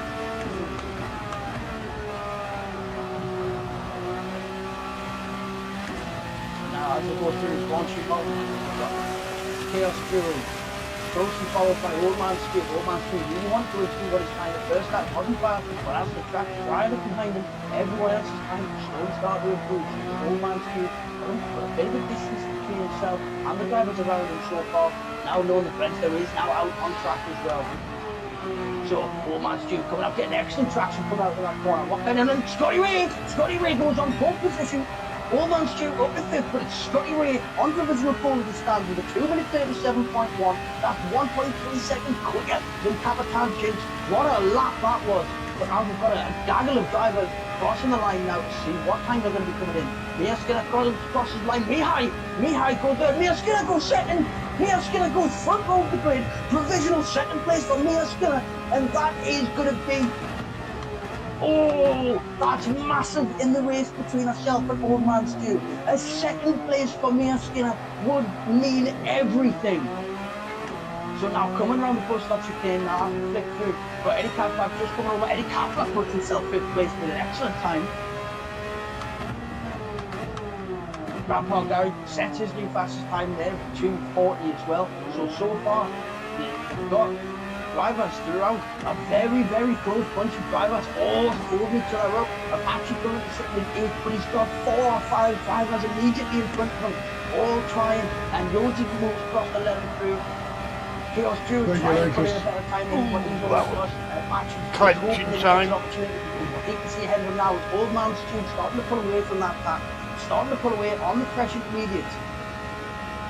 But so far, it's Capitan Jinx on the front row with a 2:36.9, followed by Mia Skinner with a 2:37, and that is the 1-2 so far. 3rd place, Scotty Ray. 4th, we have Scooby PCM. But if we go down, I'm sure what we'll see now is just starting this flying lap with 15 seconds left on the clock. So this will be everyone's final lap around the track, what they're on now, and Grenster has just come out on intermediate tyres. The rain has stopped falling, and there is an entire field's worth of cars gone over this racing line. So I can see Grenster really making use of this dry line that has started to form with the rain starting to ease off. And I wouldn't be surprised if we don't see Grenster put a time right up there at the top, if not on the top as it stands.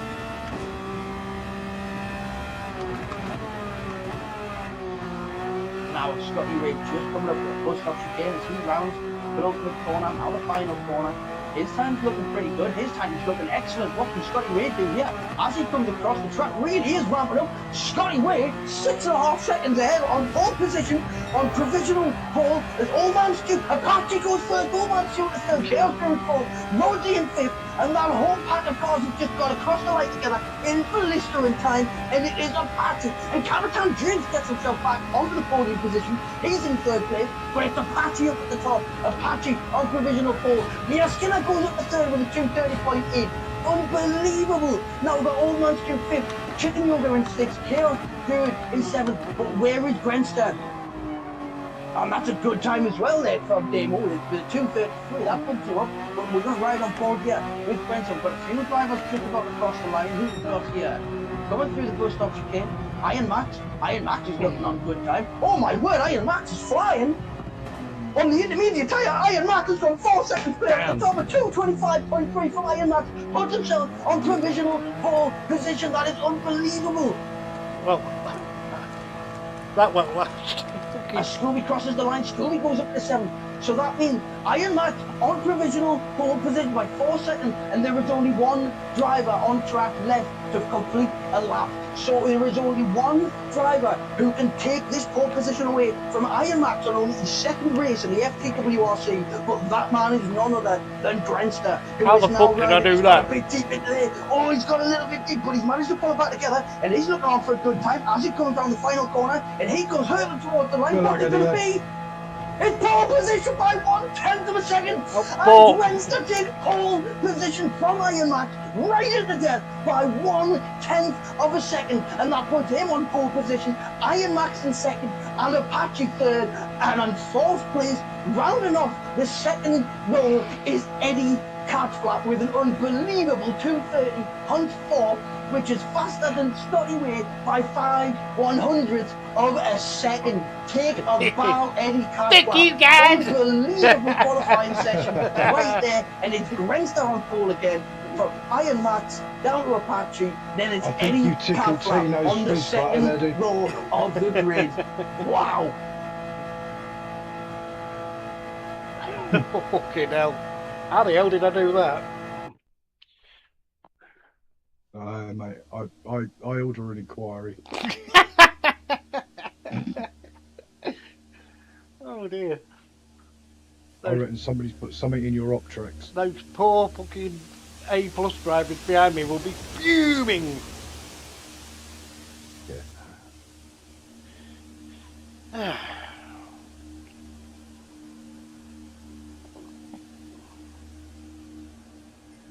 Fuck me, I was slow then, wasn't I? I don't know where you are. I'm not even. Oh. No, there you are, 15. Yeah, but look on the bright side, mate. You're going to miss all the chaos at the beginning. Well, it's not about the qualifying, mate. I just wanted to get round without falling off, and I think I achieved that. Yep. Didn't have to have us code yet. Oh, you're doing the liveries here, Jack. So we'll just give a minute or two break, just everyone make sure they get on the right tyres, get all sorted, and then we'll be straight into this race. And what a race this is going to be.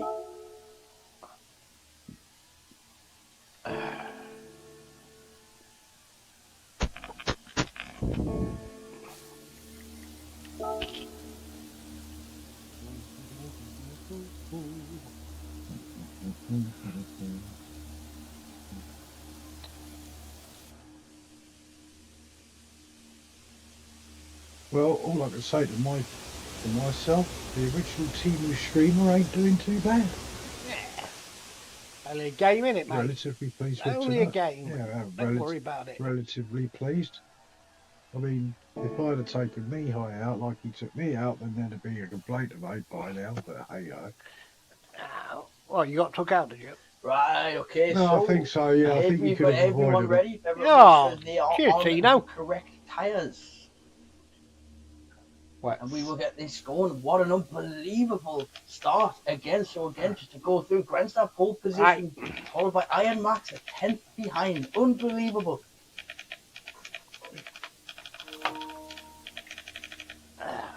Make sure everything is in place. I ain't yanked on out.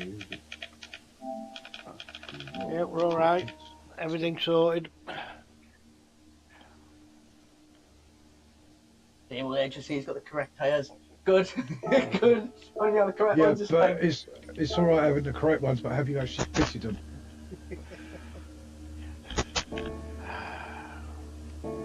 Yes. Let me check again, but yes, I have fitted them. But I did double check. 27 laps around Spa-Francorchamps. We'll see what the weather's like. Not sure what it'll be like later in the race. Forecast says that it shouldn't get any worse, so we will wait to see. Our forecaster in the booth, Cody Joel, has never been very good at predicting the weather. The hell? Here we go, settle in, have Here we fun, go. gang. Here we go, so we Banzai, baby. Good luck, everyone. Iron Max. Good luck. Apache, then Eddie Catflap for the start. Full damage on his lights out, and the race is on. I can see Grenster gets a good start away. Eddie Catflap with a good start, making time. really closing up on the back of it. Iron Max already staying out wide, and then late on the brake, and it's coming down, and everyone's looking at the net, really clean, everything. You see Brent that gets staying in the lane. Oh, Apache with a little wobble, but he holds his position. As a look back through, so Iron Max now is just ahead of Scotty Ray. You see Catflap-racing behind. Eddie Catflap lost a few positions. He has all to look down the inside now. He's better off back going through all rooms. Eddie Catflap just easing off big. Oh, he's gone across there, and I would imagine a fair few drivers will in this conditions as well. But looking forward now, it's Brentster almost a second ahead in the lead already. Managed to pick himself through, get himself out of the lead. He's on the full wet tyres, followed by a fast. He's going to be wanting to hunt him down as he is on the inside. I'll look behind there from Apache. Iron Max now third place. Iron Max right up behind Apache as well. He's on the intermediate now for Apache and Scotty Ray. Captain just battling behind. Captain on the full left, both of them leading the drivers ahead. As they come down to the hairpin, all manage to stay very close together. Look, the drivers, I'm going wide. Oh, Scotty Ray's had a bit of a wobble, but he held together very well there. As it goes a little bit more sideways around the corner, this frame really is making for some exciting racing, and the wind of the being kept on that control is nothing short of miraculous. Now, old man speed now, looking to make waves. He's now in 6th position. He's got Rosen right behind, 2/10 behind. Oh, old man Stew drifting it into Bouillon. He's looking out his window to see where he's going. Unbelievable stuff from old man Stew on the intermediate tyres. All the while managing to hold Rosie behind, who's going to be edging best to get back, but not realising that somehow Eddie, old man Stew, he ran out of magic because Rosie's managed to pick his pocket. And as they come round now, as they just come towards them, what an unbelievable move that was. I thought he is catching up. I thought old man Stew was just starting to lose it, giving Eddie the chance to catch up. But Rosie just swept in, took that position, but now that does give Eddie Catflap the chance to try to gain a few positions back that he lost from the start. He's on the intermediate tyre, as is old man Stew. I just heard that kind of that was Stewie just going to have the pace advantage, and just going to get down the inside of as the round launch him on, as he moves towards. And this is an unbelievable start to the race. But as we go flick further back to the start, we see Scotty Ray close. Plenty of time, Max. Plenty of time. As he comes through, Iron Max has gone very deep there, and he's had to cut across the corner to keep that position. And then as a result, was he being reset? I didn't know if he'd been reset or whether either way he's gone from second to 6th. Rosie's just taken that position back as well. It's Scotty Ray 4th place, Captain sitting in third to see Apache, maybe a bit of a wide line out there, off the wet line. She's to avoid any sliding around on the full wet, Apache on the intermediate. But all of this going on behind is giving Brent the opportunity now, getting 3 seconds clear at the front on the full wet tyres, and this is the kind of area we expect to see Brentford excel. You can see most people's car would be going left and right like that with the off-track Brentford, and cold as ice, keeps it on the track, keeps it between the lines, and he's 3 seconds clear at the front now, and he's just gone to put his head down and make that his gap only decreasing from here. Back at Iron Max 6th position, Old Man Stew in 7th, Stew PCM right on the tail. Both drivers know Stew on full wet tyres. He's going to have a little bit more bite to his tyre, but Old Man Stew is going to bring his game because he's going to be wanting to try to get past Iron Max. But he's not going to want to give up the position to Stew yet to go. Eddie Catflap down from 4th to 9th, and actually starting him using a lot more positions than that. He's done very well to keep the top 10 so far. As he comes down, he's on the intermediate tyre. He's still with Old Man Stew, just starting the battle ahead of him. He's going to give him opportunity. He also can't have a little bit, and hopefully the weather will ease up a little bit these guys, but I'm not sure what's going to happen. Some intermediate, some west. Doesn't matter what time you're on, straight to left, right to centre. But now we've got Chaos Stewart. He's now looking at the footpath of Eddie Catflap. He's waiting for an opportunity to play mistakes that Eddie Catflap might take. Storing away the steering. And then looking back as well, Mayor Skinner down to 11. So Mayor Skinner losing some places from the start. And seeing Old Man Stew scooting up ahead. So it's a good start to the race from everyone. No one managed to go sideways and go barrier just yet. But now Mayor Skinner right from the tail of Chaos Stewart. Look at the Mayor coming through here. Looks like he's going to go around the outside. Surely not. Surely, I was going to say, to manage to just put it back in Chaos Stewart. Something to think about. And that's compromised his line going to the next corner. No. Oh, that's spoke about the one spinning, and there's a Catflap cock-up, and he is off into the barrier as he comes around onto the back straight towards Blanchimont. Very unfortunate from Eddie there. The balance clearly not helping at this point. But we go back to Neil Skinner now, right on Chaos Druid. The drivers here just inherit that extra position. But it's nothing serious. One eye in the mirror, one eye ahead, because he's going to be looking. He's going to be wanting to defend this line. Not in such a way to compromise his legs, but everything. Absolutely wants to keep positions if he can.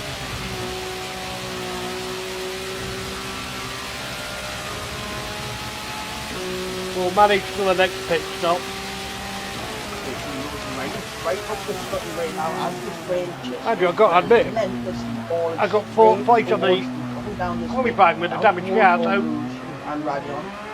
Right, so why is my clock showing me 20 seconds behind me, and yet he's just about to overtake me?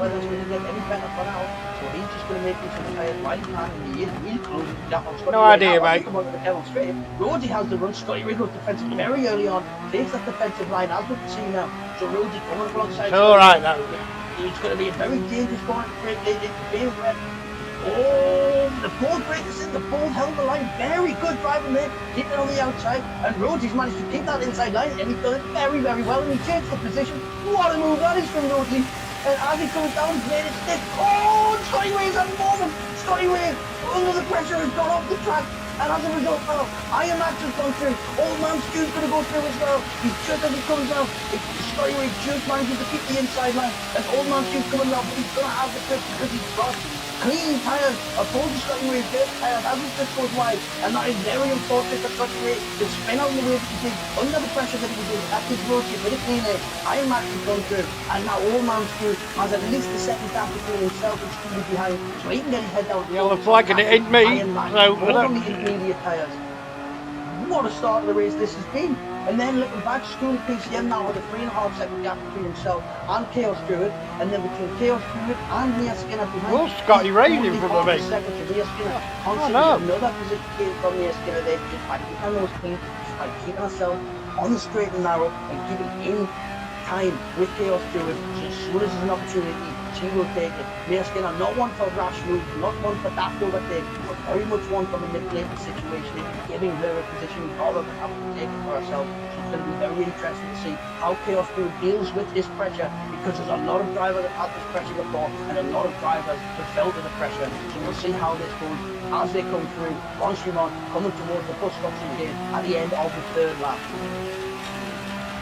Oh, I'm going to drivers go a little bit wide. Old Man Stu holds it together though, manages to keep it together, and he is now gaining time on Iron Max in front of him. Iron Max also going a little bit wide, but as he comes through the bus stop, you can see that again. It does look like it's starting to ease now, especially at this end of the track.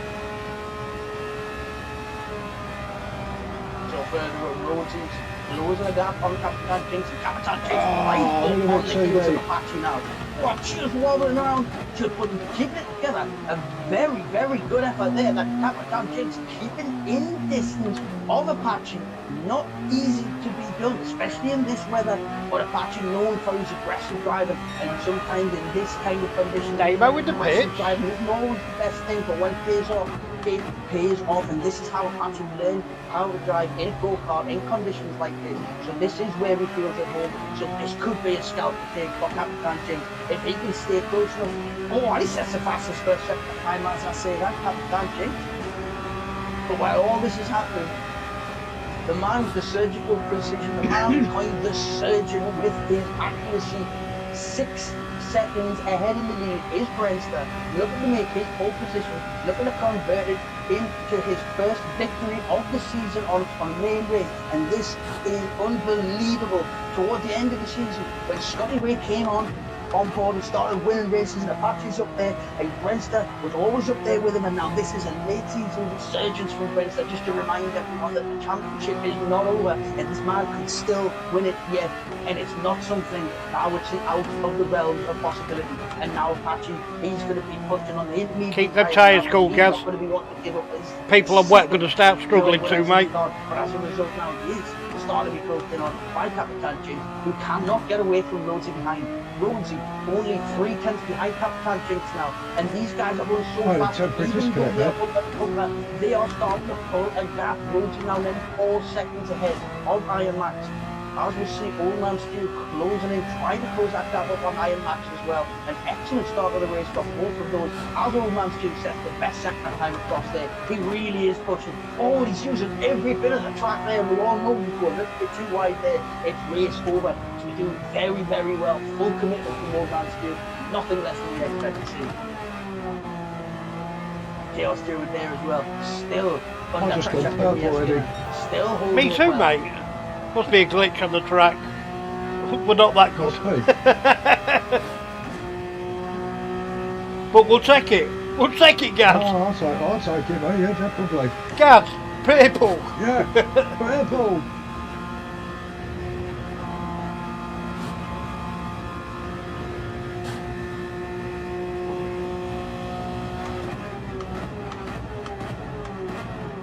I see someone there in the back. We're going into the pits. Who do we have in the pits? It's Scotty Rees coming in off the intermediate tyre. A very interesting choice here. Oh, damage right here. No, not as intense as a fourth tyre. Some front bumper damage from the spin. Obviously went around the next lap. See if he can deal with it. Couldn't manage to get it work. So Scotty Rees now having to come in early. Only 4 laps into the race pit. Eddie Catflap, front bumper damage. Intermediate still for him. A little bit of front bumper damage from that spin that he had, unfortunately. Very good qualifying session from Eddie Catflap. As this race goes on, can see himself going back into where he needs to be, back up into those point positions. He's very interesting. I mean, points across the board, he's in point positions to stand for the point positions he was in. Grandpa Gary nearly 5 seconds ahead of him now.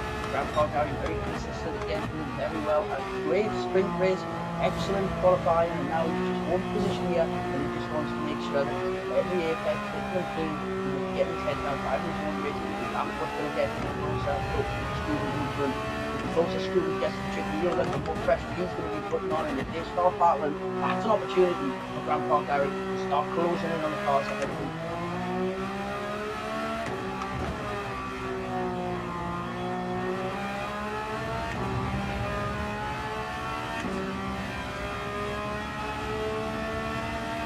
From Capitan Jake's point of view, you can see Iron Max just ahead, just starting to close in now on road. Looks like Apache just started to make a bit of a gap away there, so Apache now scooting ahead. He's now ready 5 seconds ahead of Rhodes, and he's just over 3 seconds behind Brentster. So now that he's in the clean air, Apache actually starting to take little chunks out of the time of Brentster, so he is starting to put pressure on from where he is. As Brentster comes into the pits now, he's on the wet tyres. What tyres are we going to see Brentster come out on here? But that means Apache's also coming in. And Rhodesy. So going through here, Iron Max is going to be taking the first position. Are we going to see people coming out on soft tyres or medium tyres? Are we going to see slick tyres already? As Iron Max takes the fastest lap, and it looks like we've got just about everyone piling into the pits now. So at the front, we've got Iron Max, followed by Capitan Jinx, Chaos Druid, and then we've got Brentster in the pits now. What tyres is going to be the he's putting on? As Mihai goes through the 4th place, Chicken Yoga in the 5th.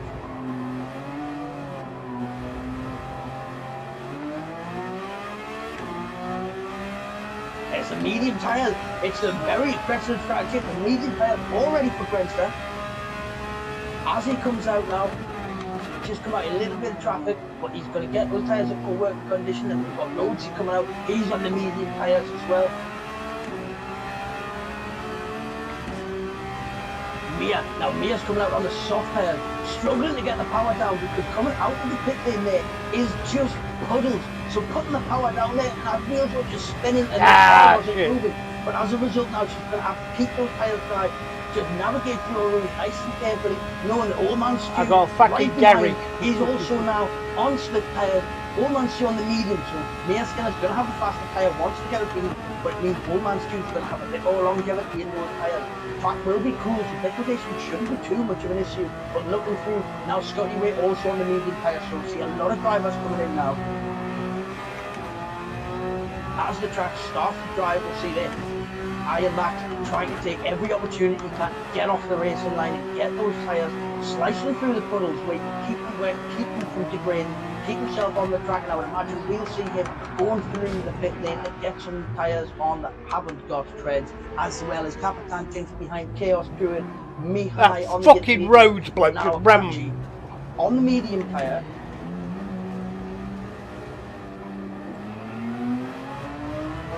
But I missed something here. I think I missed something here. Grenster's on the medium tyre. 2 places behind Apache, who's on the medium tyre. Have I missed an overtake? Yeah. Apache is in like neck first position here, really. So I'm not sure what happened there, but he's a good few seconds ahead of where Grenster is. So I'm going to have to go back after then, have a look and see what happened there. I must have missed something completely there while I'm looking at all the chaos unfolding elsewhere. But it looks like Apache now in their first position, because the drivers in front of them now, Iron Max, Captain Jinx, all going into the pits, Chaos through it, and I would imagine we'll see Lehigh as well. Yes, so as Apache now comes round out of the post stop chicane, he's going to come through, and as he comes out of the first corner, he's going to round the source, and it is now Apache taking first place, so it's Apache out in the lead at the moment. So Grenster now in second as he follows through, but there's a 5-second gap between Apache and Grenster. Both on the medium tyres. I'm pleased with that, lads. I'm pleased with that, chat. I really am. Put his head down and really focus on getting ahead. Iron Max is just coming out of the pits now, but because of those tyre differences in the offset, Iron Max having to really creep out because he's on a back. Coming out of the pit lane, it's just a swimming pool. So you crawl out of that pit lane, and now I'm pleased with that, Lucas. Sitting in behind Iron Max, closely followed by Mia Skinner, who's now on soft tyres. So Rudy's going to have eyes in the back of his head because Mia's going to be closing in with unbelievable pace. As long as she keeps it off those puddles, because those tyres are going to suffer. But if it stays on the dry, Mia's in with the shot of getting a couple of positions over the next lap or two, because Rudy and Iron Max on the medium tyres that aren't quite up to temperature. Then we've got Grenster on the medium tyres, 5 seconds of drift from the leader, which is Apache. Eddie Catflap now in the pits as well, so he's going to be getting those fresh tyres on. He's made the adjustments in the front bumper they needed to, he doesn't have an excuse anymore. And as he comes round now on the medium tyres, that puts him, he's going to be about 20 seconds behind Grandpa Gary, who's just going through all moves and Radiano. About a spin! It's Scooby coming to the top. He must have just touched one of the puddles and it's put him on a spin, coming out with all moves there. So he's now going to be getting pressure, because we're going to see Eddie Catflap from behind now coming up through all moves, through Radion, and he's going to be closing in with a lot of pace. But with Scooby having front wheel damage, we might start to see his car start to crab a little bit, going over the side, pulling it in, and as we can see, it looks like that is what's happening. Whose car's got crashed? Oh shit! Ever so slight, got in a and wet that's bit. going to be horrible for a lap, and that is really unfortunate from Scooby. But just come out with fresh tyres, trying to get his head down, and looking back, and now to know as well, he's got Eddie Catflap breathing down his neck, and Eddie Catflap has got something to prove now, because he's had his car flap pop up, and you only need one of them to race, and he's had 2 actually, so get it together. But now Grenster, there's something wrong with my timing fault. Now I'm looking at Grenster, he's 6 seconds ahead of Apache. My PlayStation okay here, everywhere I look away from the front. So the Grenster 6 seconds ahead, on the medium tyre. Oh, Apache's got the rear bumper damage. Has Apache had a spin? He's having to come into the pits again, which means Iron Max on the fresh medium. He's going to now start this lap ahead of Apache, so that's Grenster back in the lead now.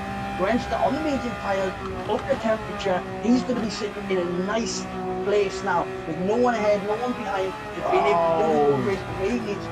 Iron Max now, coming round that source. He's in the same position. Mia Skinner very closely sofollowing him round. Mia's on the soft tyres. Could be close to a bit of a gap here, but Mia's tyres will start to fall off soon.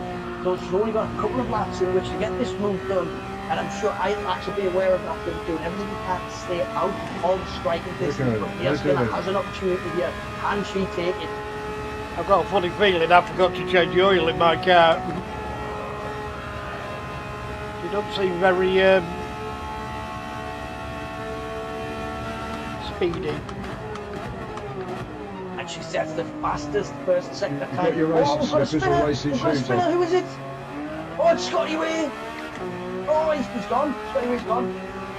Oh, okay. Scotty Way out of the race. Not sure what happened there, but that does take a bit of the pressure off now.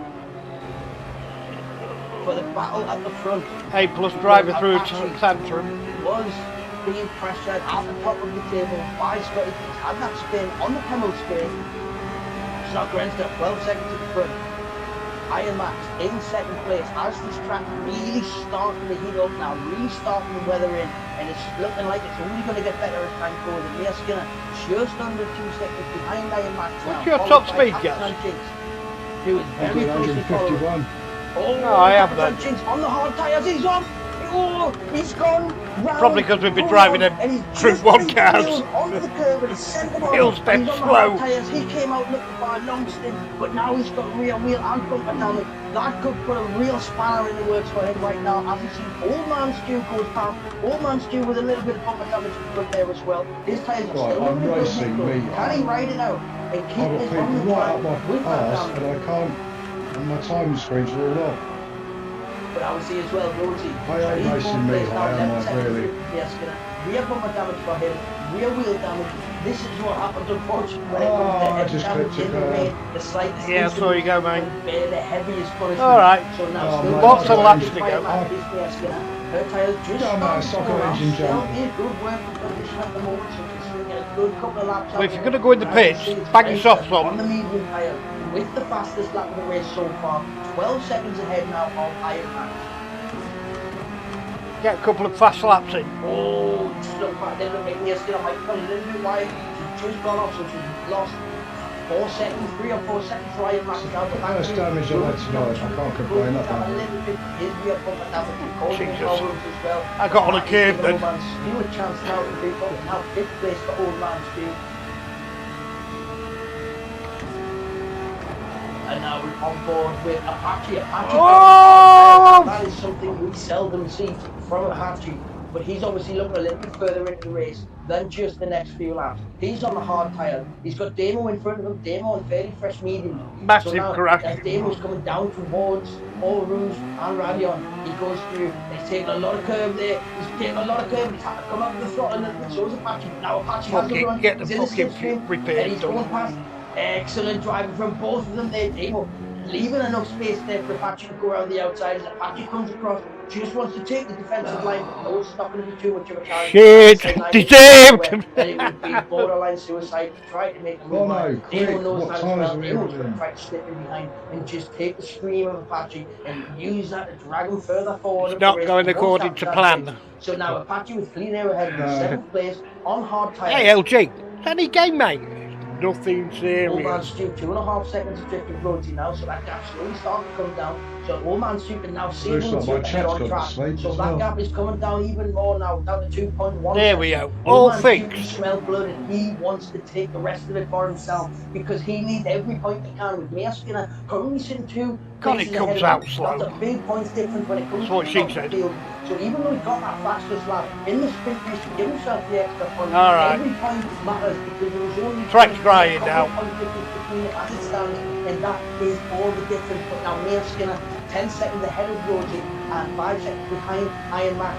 So she might only have a couple of laps left on this tyre. She's going to really make the most of it while she can, while she's got this clean air ahead. And now that this dry line is really starting to heat up and weather in, we basically now have a dry way unless you leave the racing line. This is unbelievable the way this is heating up. And just over a third of the way through the race, and I feel like I've been sweating for hours.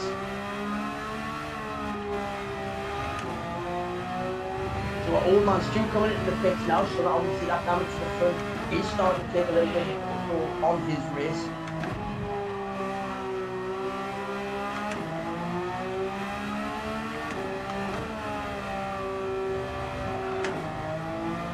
How much damage did you get, Gaz? Engine damage, aero damage, bodywork damage. It's now seen. How long? Apache.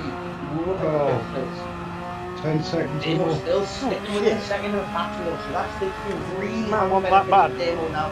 Damo managing to get himself ahead of Old Man Stu, Catflap, Duke, Chaos Stewart.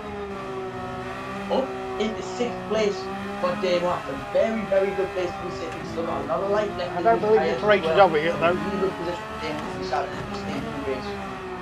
Well, for me, I think it might be again. But Now don't start sounding like not that quick, Neil. No. I genuinely enjoyed tonight more. Well, I was up until about 1 lap ago. Just going a little bit sideways there, but holds it together very, very well. Good. that Mia Skinner, 12 seconds ahead of Rosie, 6 seconds behind Iron Max. So there's not much of a gap ahead from Mia Skinner. Well, reset me, you bastard. Just take advantage of every corner that she can on the apex, because this track is just getting better and better, and before long I'm sure we'll see drivers. No, just dug it into the grass stuff. In position back with the range. Look, no, I can't. More bell. He got damage. Really making use. Oh, there's a yellow flag. The yellow flag. Who's had his Grandpa Gary's had a spin. Grandpa Gary's had a spin just going at the back of the push stop again. But as a result, right, head down. 17 laps to impress myself. 11.5 seconds behind Brewster, who at the minute is really putting his mark on this race. Yeah, it is really putting it out there. If anyone wants this, you're going to have to come and get it. Brewster has shown 45 seconds behind you is telling me at the moment. Where he is, and this is the greatest. Nearly a minute behind you now. Flawless from him so far. Wonderful. Oh well. Strictly come dancing moment in the middle of the star race. And Rosie, not sure what happened there, just as we play back front and rear damage now. And he's facing the wrong way, so he's come back in the pit lane there. No! Skip over the pit lane. Mark, I'm not too sure. Oh, here we go. Normal services resumed. Now, his hard tyres have got life left in one race and 10 laps. Start the 11th lap. We're both having the bear of a race. No, not as bad as last week. I'm still happy. He might be on pit strategy coming out in first place as he now takes 4th place, which means up in the 5th place is Damo, and it just goes to show what typically no clean and choosing the right tyres can do for you. Because now Damo up in the 5th place as he comes down past the pit lane, hurtling down towards all roofs with only 4 drivers ahead of him in this race. What a start it's been for Damo, and what a race. What a nice thing to see it is for someone so competitive, someone so committed, and really showing the fruits of the labour when it comes to hard work. And now Damo coming down the Camel Straight in 5th place, 6 seconds ahead of Roger behind him. And yes, I was right, because of the way his car went across and backtrack into the pit lane, after a 3-second penalty for the crossing the pit lane from Rhodesy, which now that puts him under immense pressure, because Old Man Stu is less than 4 seconds behind him, and less than 2 seconds behind him is Mihai. So come after that penalty is served at 3 seconds, Old Man Stu and Mihai, providing they don't do anything to sitting on the rest of this lap, will have that position given to them. But it means Chicken Yoga will be milliseconds away from the back of Rhodesy. So that could be a position for him as well. So we could see a lot of position changes based on that one penalty that we see there. Fresh hards for Captain Jace as well. Looking there, he's been out 2 laps on these hard tyres. He's going to be looking long. We've seen that for Captain Jace many times before, going long into the race, making tyres last and then coming out and finishing with a fire. And there we have it. We see Mia Skinner into the pit lane now, taking off those soft tyres. Really did well to make use of the wedge did, but now we've got Apache. Apache still, as he comes through now, heading towards Blanchimont. So it looks like Mia Skinner might just get out of the pit ahead of Apache. Oh, Shirley again. Watch the pit lane score it takes. Fucking Shirley. Iron Max still 10 seconds away from Brewster, now putting past his first second time. As we'll see, but the way the race goes on, as the track heats up, as it gets drier, as the cars move through, the lap times now are faster, and I don't think it'll be long until we see a sub 220. Cock that up a bit. Here we go. So yeah, we're waiting there. So Apache, Mia Skinner has got out just ahead of Apache, but the closing speed is going to be a lot different. So Apache now right in the stick view of Mia Skinner, managing to get out just ahead, but now Apache knows Mia Skinner on the medium tyre, on the better tyre than what Apache is, but they are fresh. Apache's had a good few laps to get these hard tyres warmed up and into the perfect operating window. So now that Mia Skinner's going flying down the Camel Straight, Apache's going to know that his moment is coming up soon, and Mia Skinner's going to know that she's got one of the most aggressive, one of the most competent, skillful overtakers on the grid behind her, and it's going to be a wonderful thing to see her try to keep her behind, but less than half a second now. So looking at this, and as they come up, Grandpa Gary in front, we're getting the blue flags now. Grandpa Gary doing very well. Doesn't want to do anything unpredictable. Holding his position well. Everything needs to be done here, Grandpa Gary. Now he's off the racing line. That is wonderful driving. This is FTWRC. So as coming down now, Grandpa Gary backing out at the perfect time for the inside line, giving Apache the opportunity to scoot back in right behind Mia Skinner. And as a result now, Grandpa Gary losing very little time of his own, and he now has the joy of watching this battle overhead. What an unbelievable few corners that was. And Grandpa Gary's now going to be trying to take absolutely max advantage, take advantage of the double slipstream that he may now be getting from Mia and Apache in 3rd and 4th place. Unbelievable. But now Apache less than 4 tenths, sitting right behind his Apache Texas fastest sector time across that middle sector, and he's in the stitching with Mia Skinner as it comes through towards FRONTROW.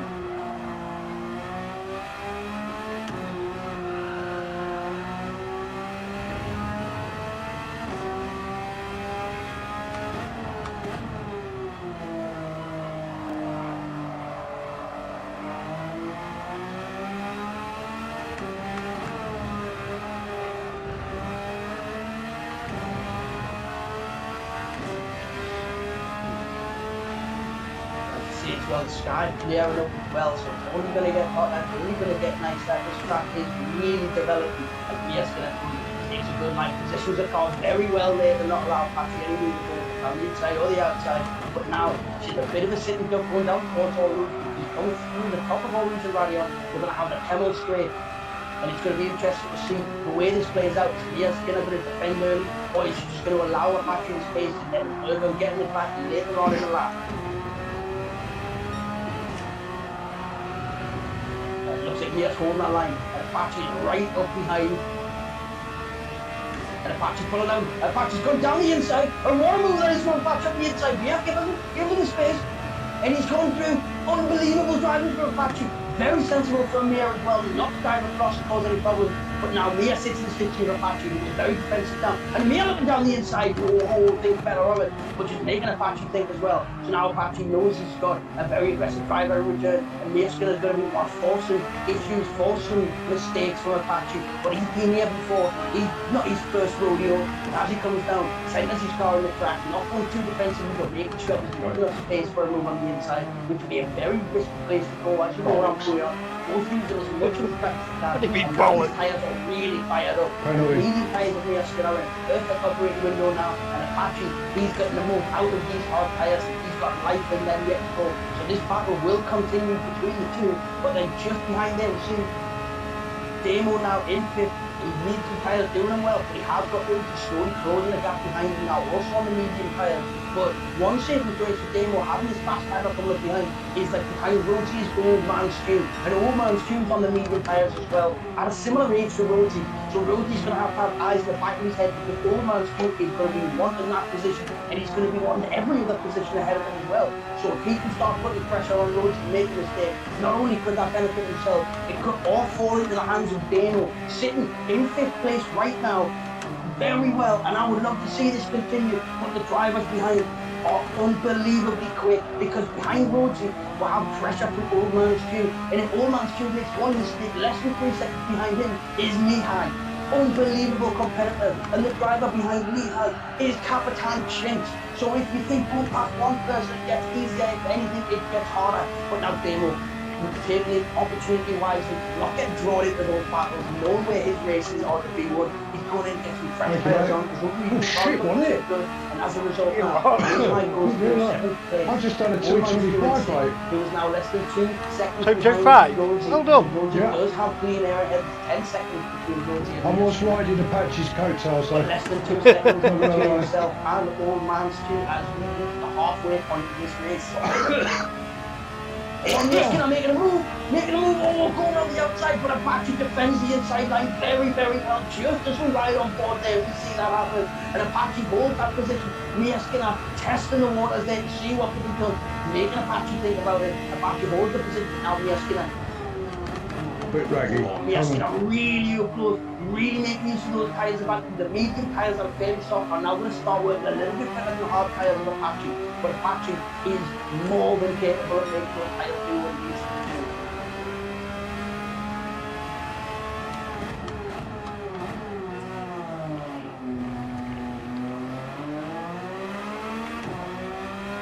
And then unbelievably, as we look forward, 54 seconds ahead of Apache in second place right now is Iron Max in his second FTWRC show. Did very, very well last week, scoring 27 points across the two races, and now in second place, and he is second to the old guard, to the surgeon, to the absolute precision master Grenster, who is now 8.888 seconds clear in the lead of the race.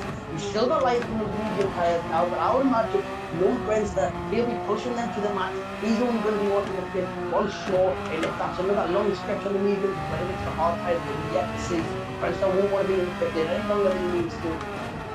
And looking back now again, so back on board with the Apache, looking backwards off the bumper, as we see the sun now shining off the windscreen of Mia Skinner. The sun is out, the track is drying, and this is a race. So now coming down towards the source, over the start finish line, Cody got Rhodes with the fastest lap of the 2:20.6, cutting close to that sub 2:20. Mia Skinner right on the tail of Apache. Apache put it down, let's go. Gets the power down early, but Mia Skinner does as well. And on those medium tyres, Mia Skinner's got to be feeling confident here. She's got to be feeling full of herself. Knowing they come over the top of all the not only will she have the speed, but she's got the tyre advantage as well. What can Apache do to prevent this from happening, if anything? Because the gap now is a 10th of a second. As they come out of the Camel Straight, Apache on the inside line, very defensive. He's coming across and giving a squeeze, as he's entitled to do, but Mia Skinner looks like she's got the move made. And yes, and comes across and defends the inside line. Excellent move from Mia Skinner with the fastest sector. She's got a little bit deep there, but covers the play as well. And now Apache really trying to battle to get back, but she's got the inside line. And Apache backs out of that, gives the inside line. And Jamaican stick Mia Skinner up in third place. Apache in fourth. What a combination of moves we've just seen from this pair here. And now, as it goes through the hairpin, Mia Skinner keeping a very tight line, not wanting to give an inch to Apache from behind.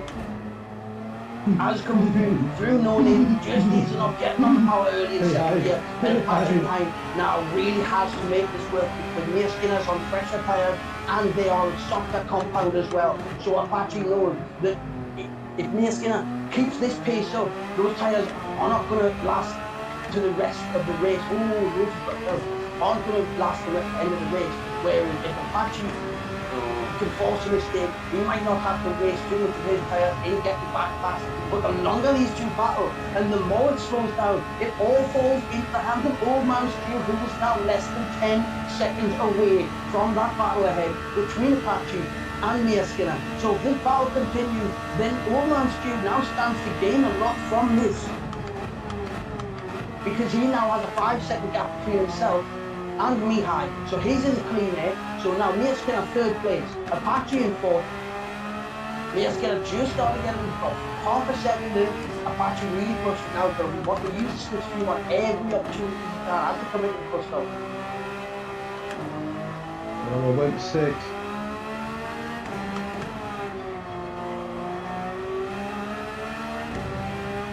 Now the gap now, Old Man Stew Apache less than 9 seconds.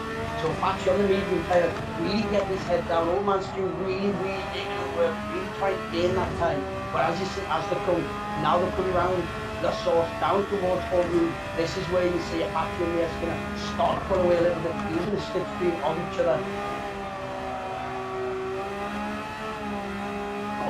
Looking back, see the front bumper of Apache closing right in, and again, once on the Camel Straight, driver in front sometimes be a bit of a sitting dog, but not so much in this situation because there's just half a second gap. So it's a long way back for anyone to think about an attacking move. So I'm not sure if Mia Skinner will need to put too defensive, because Apache's not going to take a risk like that. He's just going to follow through as they come through the front. And then coming around, this is where it all matters. These tight sections here are where Mia's tyres need to come in, but she needs to play the move of having a softer compound on this section of the track with the tight turns. And now the gap, 7 tenths now. So Mia really trying to pull away. I nearly binned it, mate. She's doing a very good job of keeping it within distance of Mia Skinner and not allowing her that chance to take her eye off the mirrors and focus on going ahead. All the while managing to keep a 10-second gap between himself and old man Stu behind him. Patch using every inch of the track, they're going very wide, keeping it within the line as he hurtles forward, but now the gap between himself and Mia Skinner almost at that 1 second. So almost at the point now on the straight that the Apache won't be picking up the slipstream from Mia Skinner if this gap gets any bigger. So now we have Grensler in the pits now coming in to change the medium tyres, and that puts Iron Max into the first place position. Iron Max takes first place around Spa-Francorchamps on lap 17 and round 6 of the FTWRC. Iron Max in first place, not a lot of life left in those tyres. So what he's going to be doing is making the most of this lap or two on these tyres and trying to get back out. So now we've got Grensler come out of the pit, but as a testament to the way that Grensler and Iron Max are driving, Grensler comes out of the pit 1 minute ahead of Mia Skinner. I'm sure that'll change as it goes through when it adjusts, but no, I think it actually is an entire minute ahead. And Iron Max and Grensler showing around this track tonight that they are just in another league right now. So the gap now 40 seconds for Grensler and Mia Skinner. Mia Skinner has now extended that to herself and Patch just over a second. So Mia Skinner can get good exit out here, get real smoothly. Yeah, I've got about one more pit stop. Benefit come the Kennel Straight. Now old man Stewart in the pit stand. Yeah, I was just in that indiscretion mode then, just briefly, as I was approaching it, and I just completely broke. All that slip through from Grand Park Garage, all they get all the way up top, even though those blue lights and blue flags are here, he's going to be wanting to use Grand Park Garage as much as he can.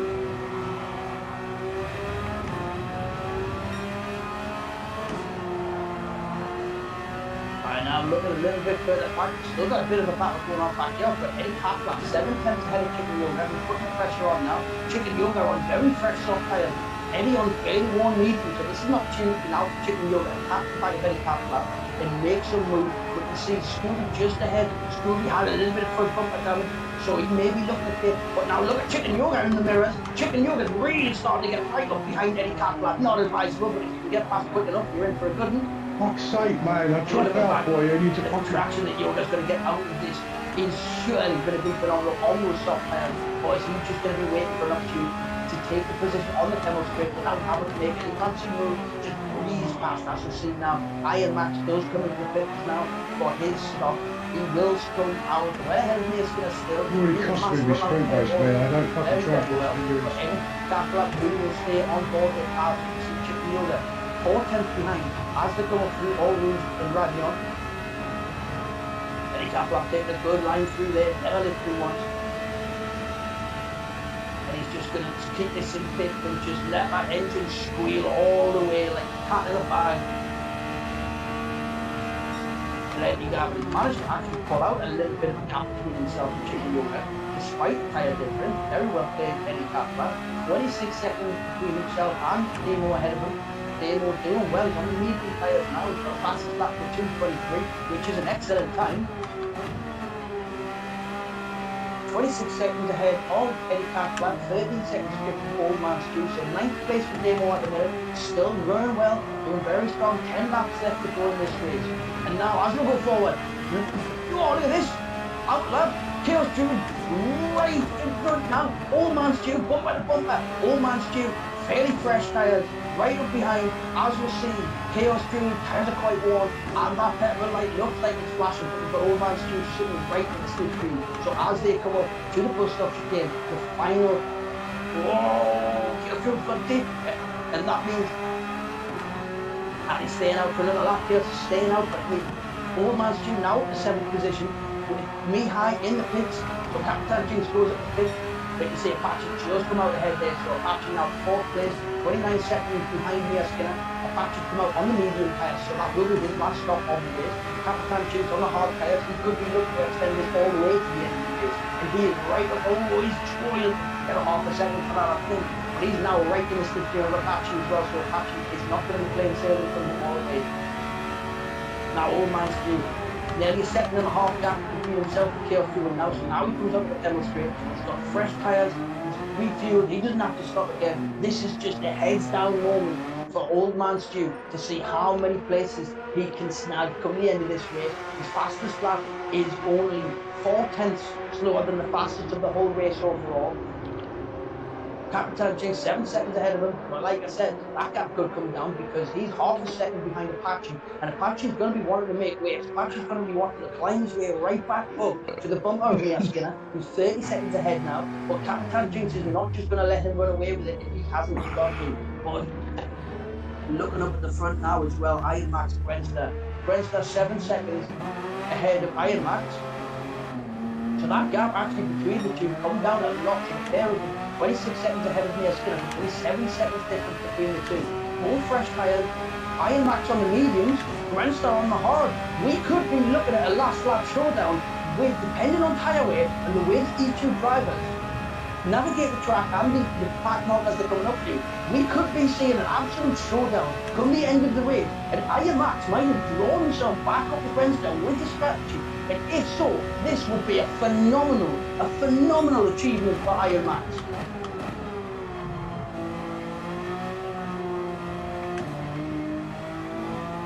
As the rest of the field, as you can see, she's starting to spread out a little bit now.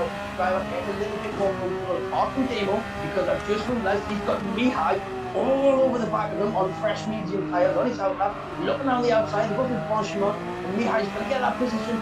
But Damo's fighting it all the way, and Damo going to keep Damo just let him have it there. Mihai on the fresh rubber, always going to have that slight advantage on the inside and go around the outside. So great driving from Damo, just did not put up too much resistance and know that the before later in the day.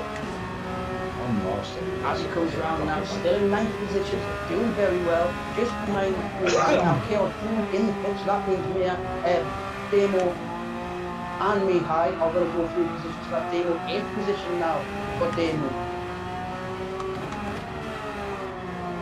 So Eddie Catflap now, the leader is right on the tail of Eddie Catflap now, we'll be getting the blue flags. And when he sees blue flags, Eddie waves brown flags. So as you see, look at this is it.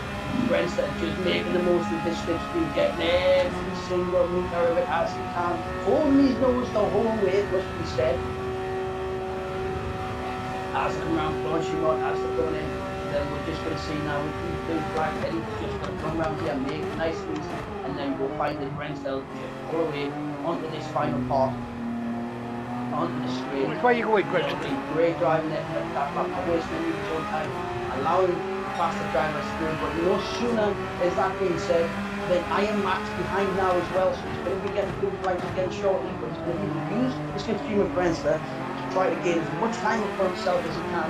And we use that all the way down the demo straight. As we see in the background of those two, Iron Max. And there he is. It's only 4.4 seconds is the gap now. Iron Max is already starting to close this gap on Grenster.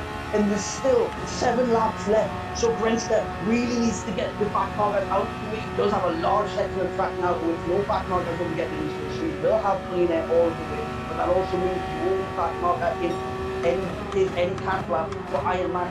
So that's not going to slow him down either. So it really is now a battle. It's a sprint to the finish that you wouldn't see when you first look at it. 7 laps.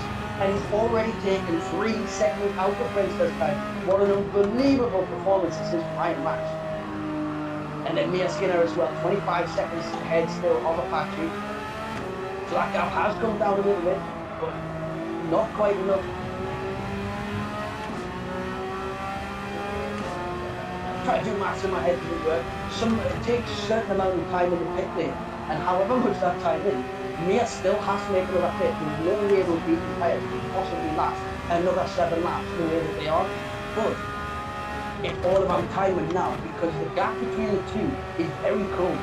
So I think that Apache may get the jump on a pit stop as it stands right now. But then that means Mia Skinner will be coming out on the freshest of the fresh tyres. So it's only a few seconds behind Apache coming out of the pit. It's not going to be impossible to close that gap up on the fresher tyre. Apache is on mediums and it stands and he is lapping very well. You still in chat, Max? Not sure what that was, but that means Old Man Stu only 1.3, 1.4 seconds behind Captain Jim.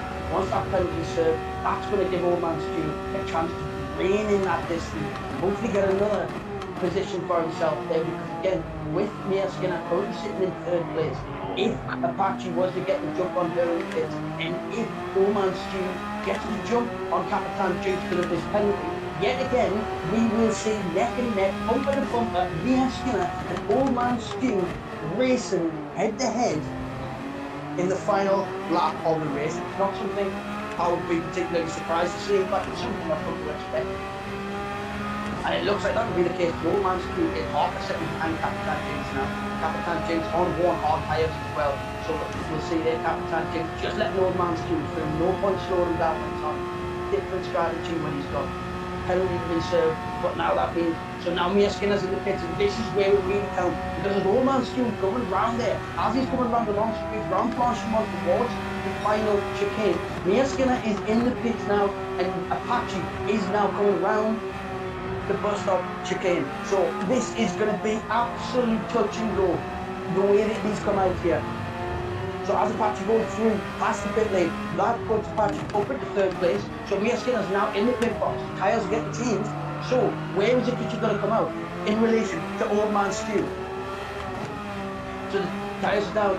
So now, Old Man Stu, he's going to come round the source. Old Man Stu's going to come round the source. Less than 10 seconds behind Mia Skinner. Medium tyres. Mia Skinner's on the soft tyres. She's got 7 laps on soft tyres. So the will start to degrade by the end of it. But that's 6 seconds between Old Man Stu and Mia Skinner as they now enter the 21st lap. As he comes through, now we're looking at Old Man Stu coming over Radion, and he's less than 6 seconds now is the gap between himself and Mia Skinner. And this is really setting up to be an absolute thunderstorm of a finish. And then looking forward now, Iron Max is only 2.5 seconds behind Brenster, so Iron Max could potentially get this done before the end of the race. This could be an absolutely unbelievable performance. But then, so Mia Skinner now 5 seconds ahead of Old Man Stu, but Mia Skinner is only 5 seconds behind Apache, so that means in effect Old Man Stu is only 10 seconds off a podium position right now, and his tyres are looking good. Mia Skinner's on the fresh soft, Apache's on the medium, everyone's tyres are tabling to the end, and this is now just a shootout for the line, and it could be anywhere at the top, but now we're going to go on board with Iron Max on his chase of Grandstand, who we can see just ahead as they go into La Source. Coming round, Iron Max now with the fastest lap time of the race with a 2:18.5. Unbelievable time, especially on medium tyres, as they come hurtling now down towards Four Rooms. It's 1.3 seconds is the gap between Grandstand and Iron Max. And what an unbelievable performance this has been. And still is. There's still 5 laps left. Oh my God, I'm gonna die. Calm down, guys. So now on the Camel Strip is 1.1. Oh, he's only a second at the top now. Apache, the gap between himself and Mia Skinner's from down from 5 to 4.6. So Mia Skinner's making the soft tyre really work, because she's closing the gap on Apache. She is slowly closing that gap on Apache, but that does mean to slowly start to extend the gap between herself and Old Man Stu.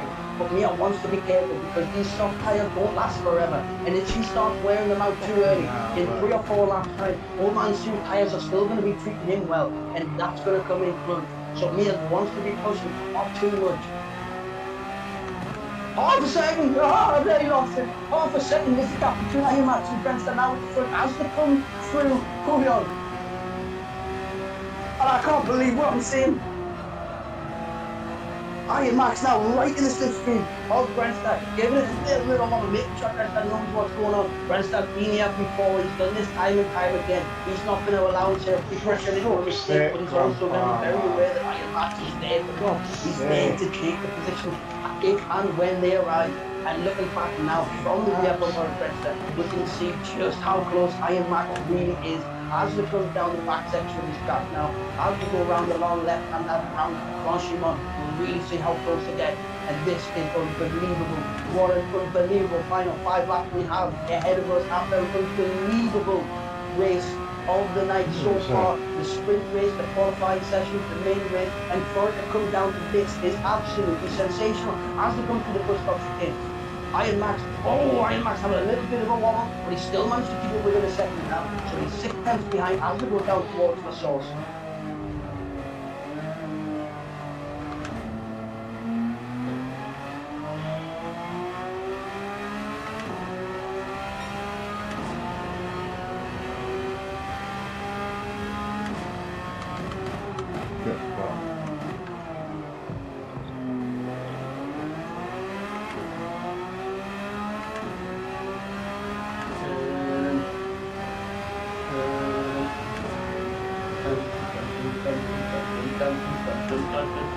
Iron Max alongside Brentford on the Kennel Straight. He's going round. He's got the outside line. Brentford's got the fence on the inside. Iron Max is ahead, and he's breaking late, and he's got the position. Iron Max goes into the lead of the race. He's gone deep, but he's held it together well. But now Brentford's going to stick behind him as tight as he can through that road. And as they come round, down towards the hairpin, Iron Max now has the lead of this race. He has got 2 tenths between himself and Brentford, and they now have 5 laps to battle it out. This is unbelievable. They've got no pressure from behind. 56 seconds is the gap to Apache, so they've just got to little focus on, and they're both almost go sideways around No Name as they go through there, pushing every single inch of the track to its absolute limits. What an unbelievable performance, and what a move that was from Iron Max. And now Brentford's just got to do what he can to sit in behind and not let this gap form, because he needs that slipstream as they come through later sections of the track, especially coming towards the demo, because it's an easy way to lose a couple of times if you haven't got that slipstream. I'm glad the Scoopy can't hear me, because I'm having to fuel save.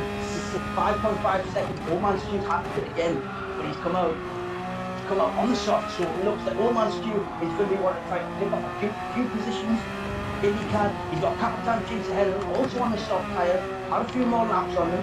We've got Mihai ahead of him, 2 and a bit seconds ahead of Capitan Jinx on the medium tyres as well. We've got Mia Skinner still looking after those softs very well, and that 5-second gap is not getting any bigger between her and Apache. She's holding on to that very well. But Iron Max now, 6 tenths ahead of Brentford, so coming in.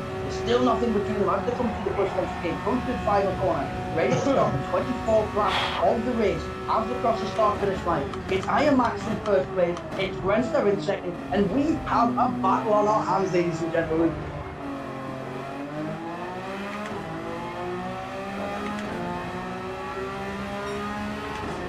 Oh, we're just coming out here, just coming out of the pit lane. We have Damo, and it's that Chaos Druid as well. So now, Iron Max is in ahead, so he's getting through here clean, and it looks like actually the way that it's falling out, going to get look like reported, Brentford's happened. Either Damo moving across to the left, but Brentford wants as much of the slipstream as he can have, so Brentford's going to sit in behind as much as he can. And Damo's going to stay on that inside, which is going to allow him through. Great driving again, great awareness by Damo. So now Chaos Druid using that slipstream from Iron Max to pull him through. So now we're going to see what we want to see Damo sitting behind Brentford, trying to get pulled along, but Brentford's now going to be dealing with the dirty air on 2 cars in front of him. So as they come down towards the hairpin, he's going to sit in behind. Iron Max is going to be thanking his lucky stars, and he's going to be hoping that he can use this as a way of getting a little bit of an extra gap ahead, knowing that Brentford's now in the dirty air of Chaos Druid as Chaos Druid comes through. So now the blue flags are waving, so it's going to be a little bit okay. Coming into a fast corner like this, coming round Kuyan. I don't even know if I can unmap myself now. Over a second behind Iron Max because of that, and it's nobody's fault. It was very important that 2 cars came out of the pit lane as they both came round the source.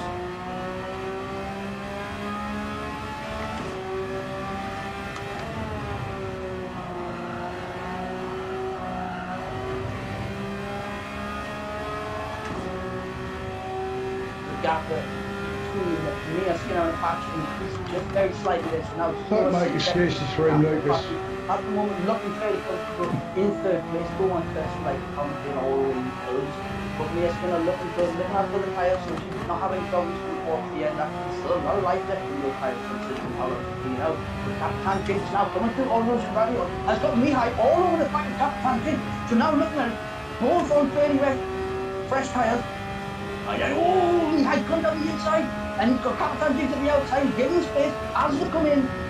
To Let's Go, as they come in, and then Mihai's got the position for him. He's going to make it stick. Yes, he blocked his car perfectly on the apex there to keep that position. So now he has Mihai, but just behind Mihai, Capitan Jinx, but only half a second behind Capitan Jinx is Old Man Stew, and he can see the drivers in front side by side as Capitan Jinx could try across. Capitan Jinx is going a little bit wide. Can Old Man Stew make this move down the inside down? He's on fresh soft tyres, and yes he can. He's right up behind Mihai now as they come through No Name, but he still has Capitan Jinx on his inside, and he's not giving up this position at all, and just squeezing each other. Mihai going back across the outside line, make the corner as wide as he can.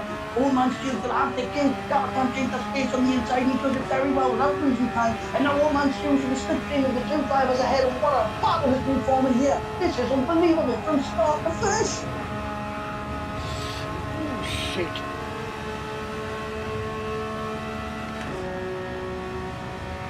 Oh, I thought I had a penalty then. Mihai go defensively on the inside.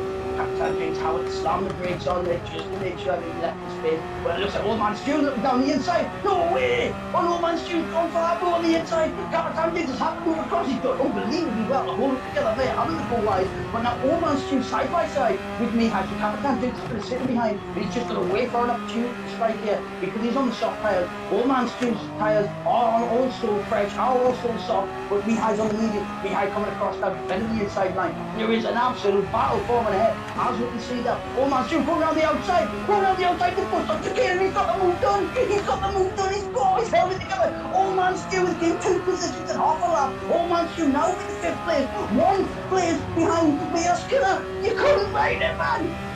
Cedar's going to have an heart attack. Iron Max at the front, nearly 3 seconds of gap now, so Iron Max really showing a level of maturity there, just getting himself out of the lead and now his head down. He knows he's got 2 more laps after this one to get this race in the bag and to claim his first FTWRC victory in only his 2nd week. Unbelievable performance. And Grenster doing unbelievable as well, matching every step of the way, and it just come down right at the end there. That strategy call and Iron Max really had that one worked out. What an unbelievable performance, but it's not over yet. There's still 2 laps of this race to go. And looking back now, Old Man Stu managed to put a second between himself and Mihai and Captain James behind it. But now, Mihai has to deal with Captain James, who's right in the mirrors. Now, Captain James is on the softer tyre, but they are starting the way, so he's going to have to make as much as he can. He needs to get this move done as soon as he can, because any longer sitting behind Mihai, he's not going to have the advantage anymore, because Mihai is on the medium and he's got more life in him. So even though there's 2 laps left, these soft tyres won't have a lot of life left in them, so Captain James needs to really make something happen here.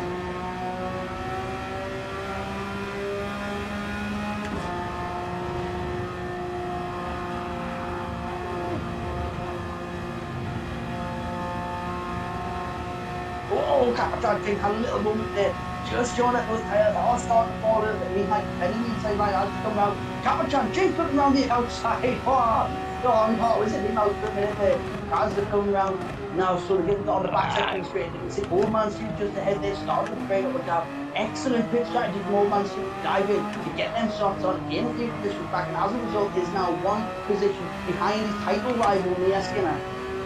Unbelievable. So now Apache has extended that gap, so Apache getting 10 seconds ahead of Mia Skinner now as he comes up through more room and Ravi onto the Kennel straight for the penultimate time. And Iron Max now not content with just sitting with this lead, he's extending the gap out at the front.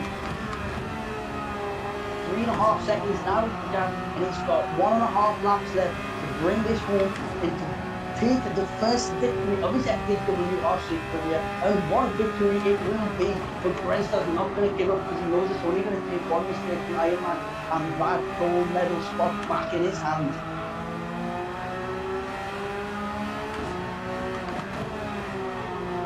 Eddie, I'm trying to line up a little bit, mate, so if I come past... Onto the Kennel straight, you can see Captain James running half a second behind there. Captain James really holding on to this position here, really wanting to get something out of it. And then got Chaos Druid and Demo only less than a second behind Chaos Druid now, both on the soft tyre, and that's a last lap shootout if there ever was one. 1 second between Chaos Druid and Demo, both on soft tyres, both with plenty of life to live, so they've only got 1 lap to make as much of this as they can, and Damo's going to be safe. That up in front, the Chaos Druid is in the slipstream of Grenster, so he is going to be getting over on just that little bit, but it also means through the corners, the Chaos Druid is going to be in the dirty air of Grenster, so Damo needs to keep his head on his shoulders, keep a bit of maturity and to focus on what he's got to do, because this coming clutch for him, and the dirty air of Grenster could give Damo 8th place in this race as it stands. Well, finishing last, I'm going to finish on the last bucket now. 4 seconds in the lead, and he just goes down left on there. Is Iron Max on his final lap of the race, and he's used those tyres to perfection. There was only a few decent laps left in these tyres now, and he's got every single millimetre of rubber that got out of these tyres. This is an unbelievable performance. But Brenton, you can say the same. He's put the right tyres on. He's lining you up for a move, Eddie. Yeah, I know. Mia Skinner's having to come into the pit. He's gone. 24 seconds He's gone. ahead. He's gone. Oh, gone. Stu, that gap's going to disappear. Oh my word, that gap's going to disappear for the final lap. Oh man, Stu's now coming up towards the bus stop chicane. Oh man, Stu's coming towards the bus stop chicane. Mia Skinner hasn't entered the pit box yet. The way! As Oman Stu crosses the start-finish line for his final lap of the race, Mia Skinner is only just having the tyres changed now, so Oman Stu is about to round. So Mia Skinner now coming out of the pit, and you'll just see Old Man Stu just ahead of her. Old Man's just come out of the pit, and Old Man Stu 2.5 seconds ahead of Mia Skinner on the final lap of the race. Oh my word! So we've got a 4-second gap in the front. So look at here, we've got Iron Mac flying round Blanchimont, approaching the final chicane for the final time. As you can see, Grant's close up behind, only 4 seconds. But as he comes round, Iron Max goes across the line for the win to take his first FTWRC victory. Well done, Max. As it stands. Congratulations, mate. Well done, Maxie, my little alien. Chaos Druid crossing the line after him, which means that Damo will keep a nice position, a great finish from him. But now look, we've got Apache. There is a 37-second gap, but Old Man Stu 3 seconds ahead of Mia Skinner. But Old Man Stu's tyres aren't in the best shape. Mia Skinner's got the freshest sort of tyres you can get. You're a knob. So this could be an absolute battle. No, I completely outbroke myself. I was just trying to unlock myself against you. No, was that Scooby who just tried rabbit me, or was that you? 2.8. I'm not sure. I know I was going your way. This lap, unless there's a mistake from Old Man Stu. But what a battle! And who would have thought when it came down to it, these two? Well done, Max. Oh my word! Well, I will say that's 2.5 seconds. 2.5 seconds already. Well done, buddy.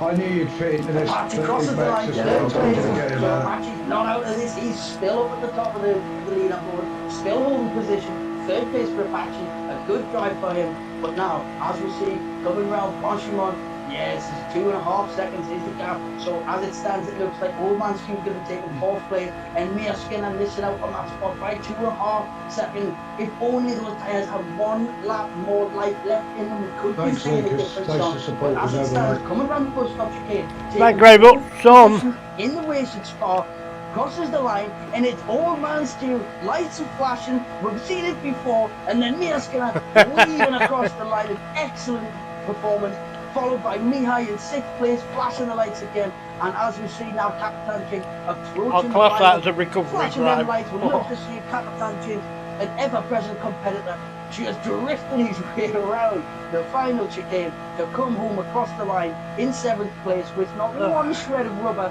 left on those tyres. What an unbelievable race we have just witnessed, from start of qualifying in the sprint race to the end of the race finale. That is one of the best races I've ever been a part of, and it's all thanks to you guys. Absolutely unbelievable performance from everyone involved, and I honestly, I can't believe You know, I'd hate to to live start next door to in Tino, wouldn't the you? conditions that it was, for the race to develop the way that it did. Very unfortunate. Imagine that we had that. a couple I bet of they people can hear him down the disconnect. I street. think we know Scotty had a problem as he came up over Eau Rouge, and he lost the connection, and I think as well. Oh, I he was doing see. very, very well. Are you the way on that they were. Tarkov, But son? look at that. Iron Max taking the victory and the fastest lap.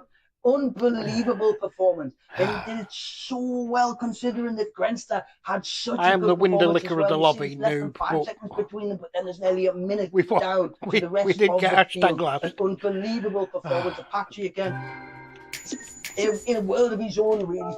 50 seconds behind 2nd place, 40 seconds ahead of 4th. Just had to bring that home. Another excellent performance all the way down the grid as well. Damo having an unbelievable race. Very good drive from him. Eddie Catflap not doing too badly considering he's Eddie Catflap. And then Scooby as well. Scooby a bit unfortunate with the spin and the damage, doing very well in qualifying. But overall, what an unbelievable night it has been. And I just want to thank everyone watching and everyone involved and everyone taking part in this race.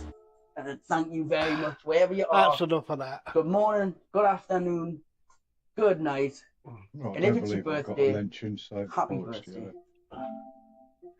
Just stick on that so I can't hear him anymore.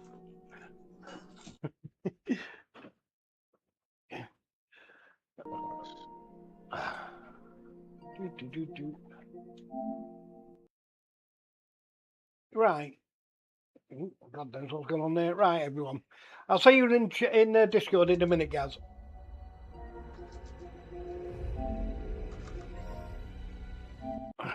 Right. Well, it wasn't the best race I've ever had. Made a lot of mistakes, but I had a laugh. I had a laugh.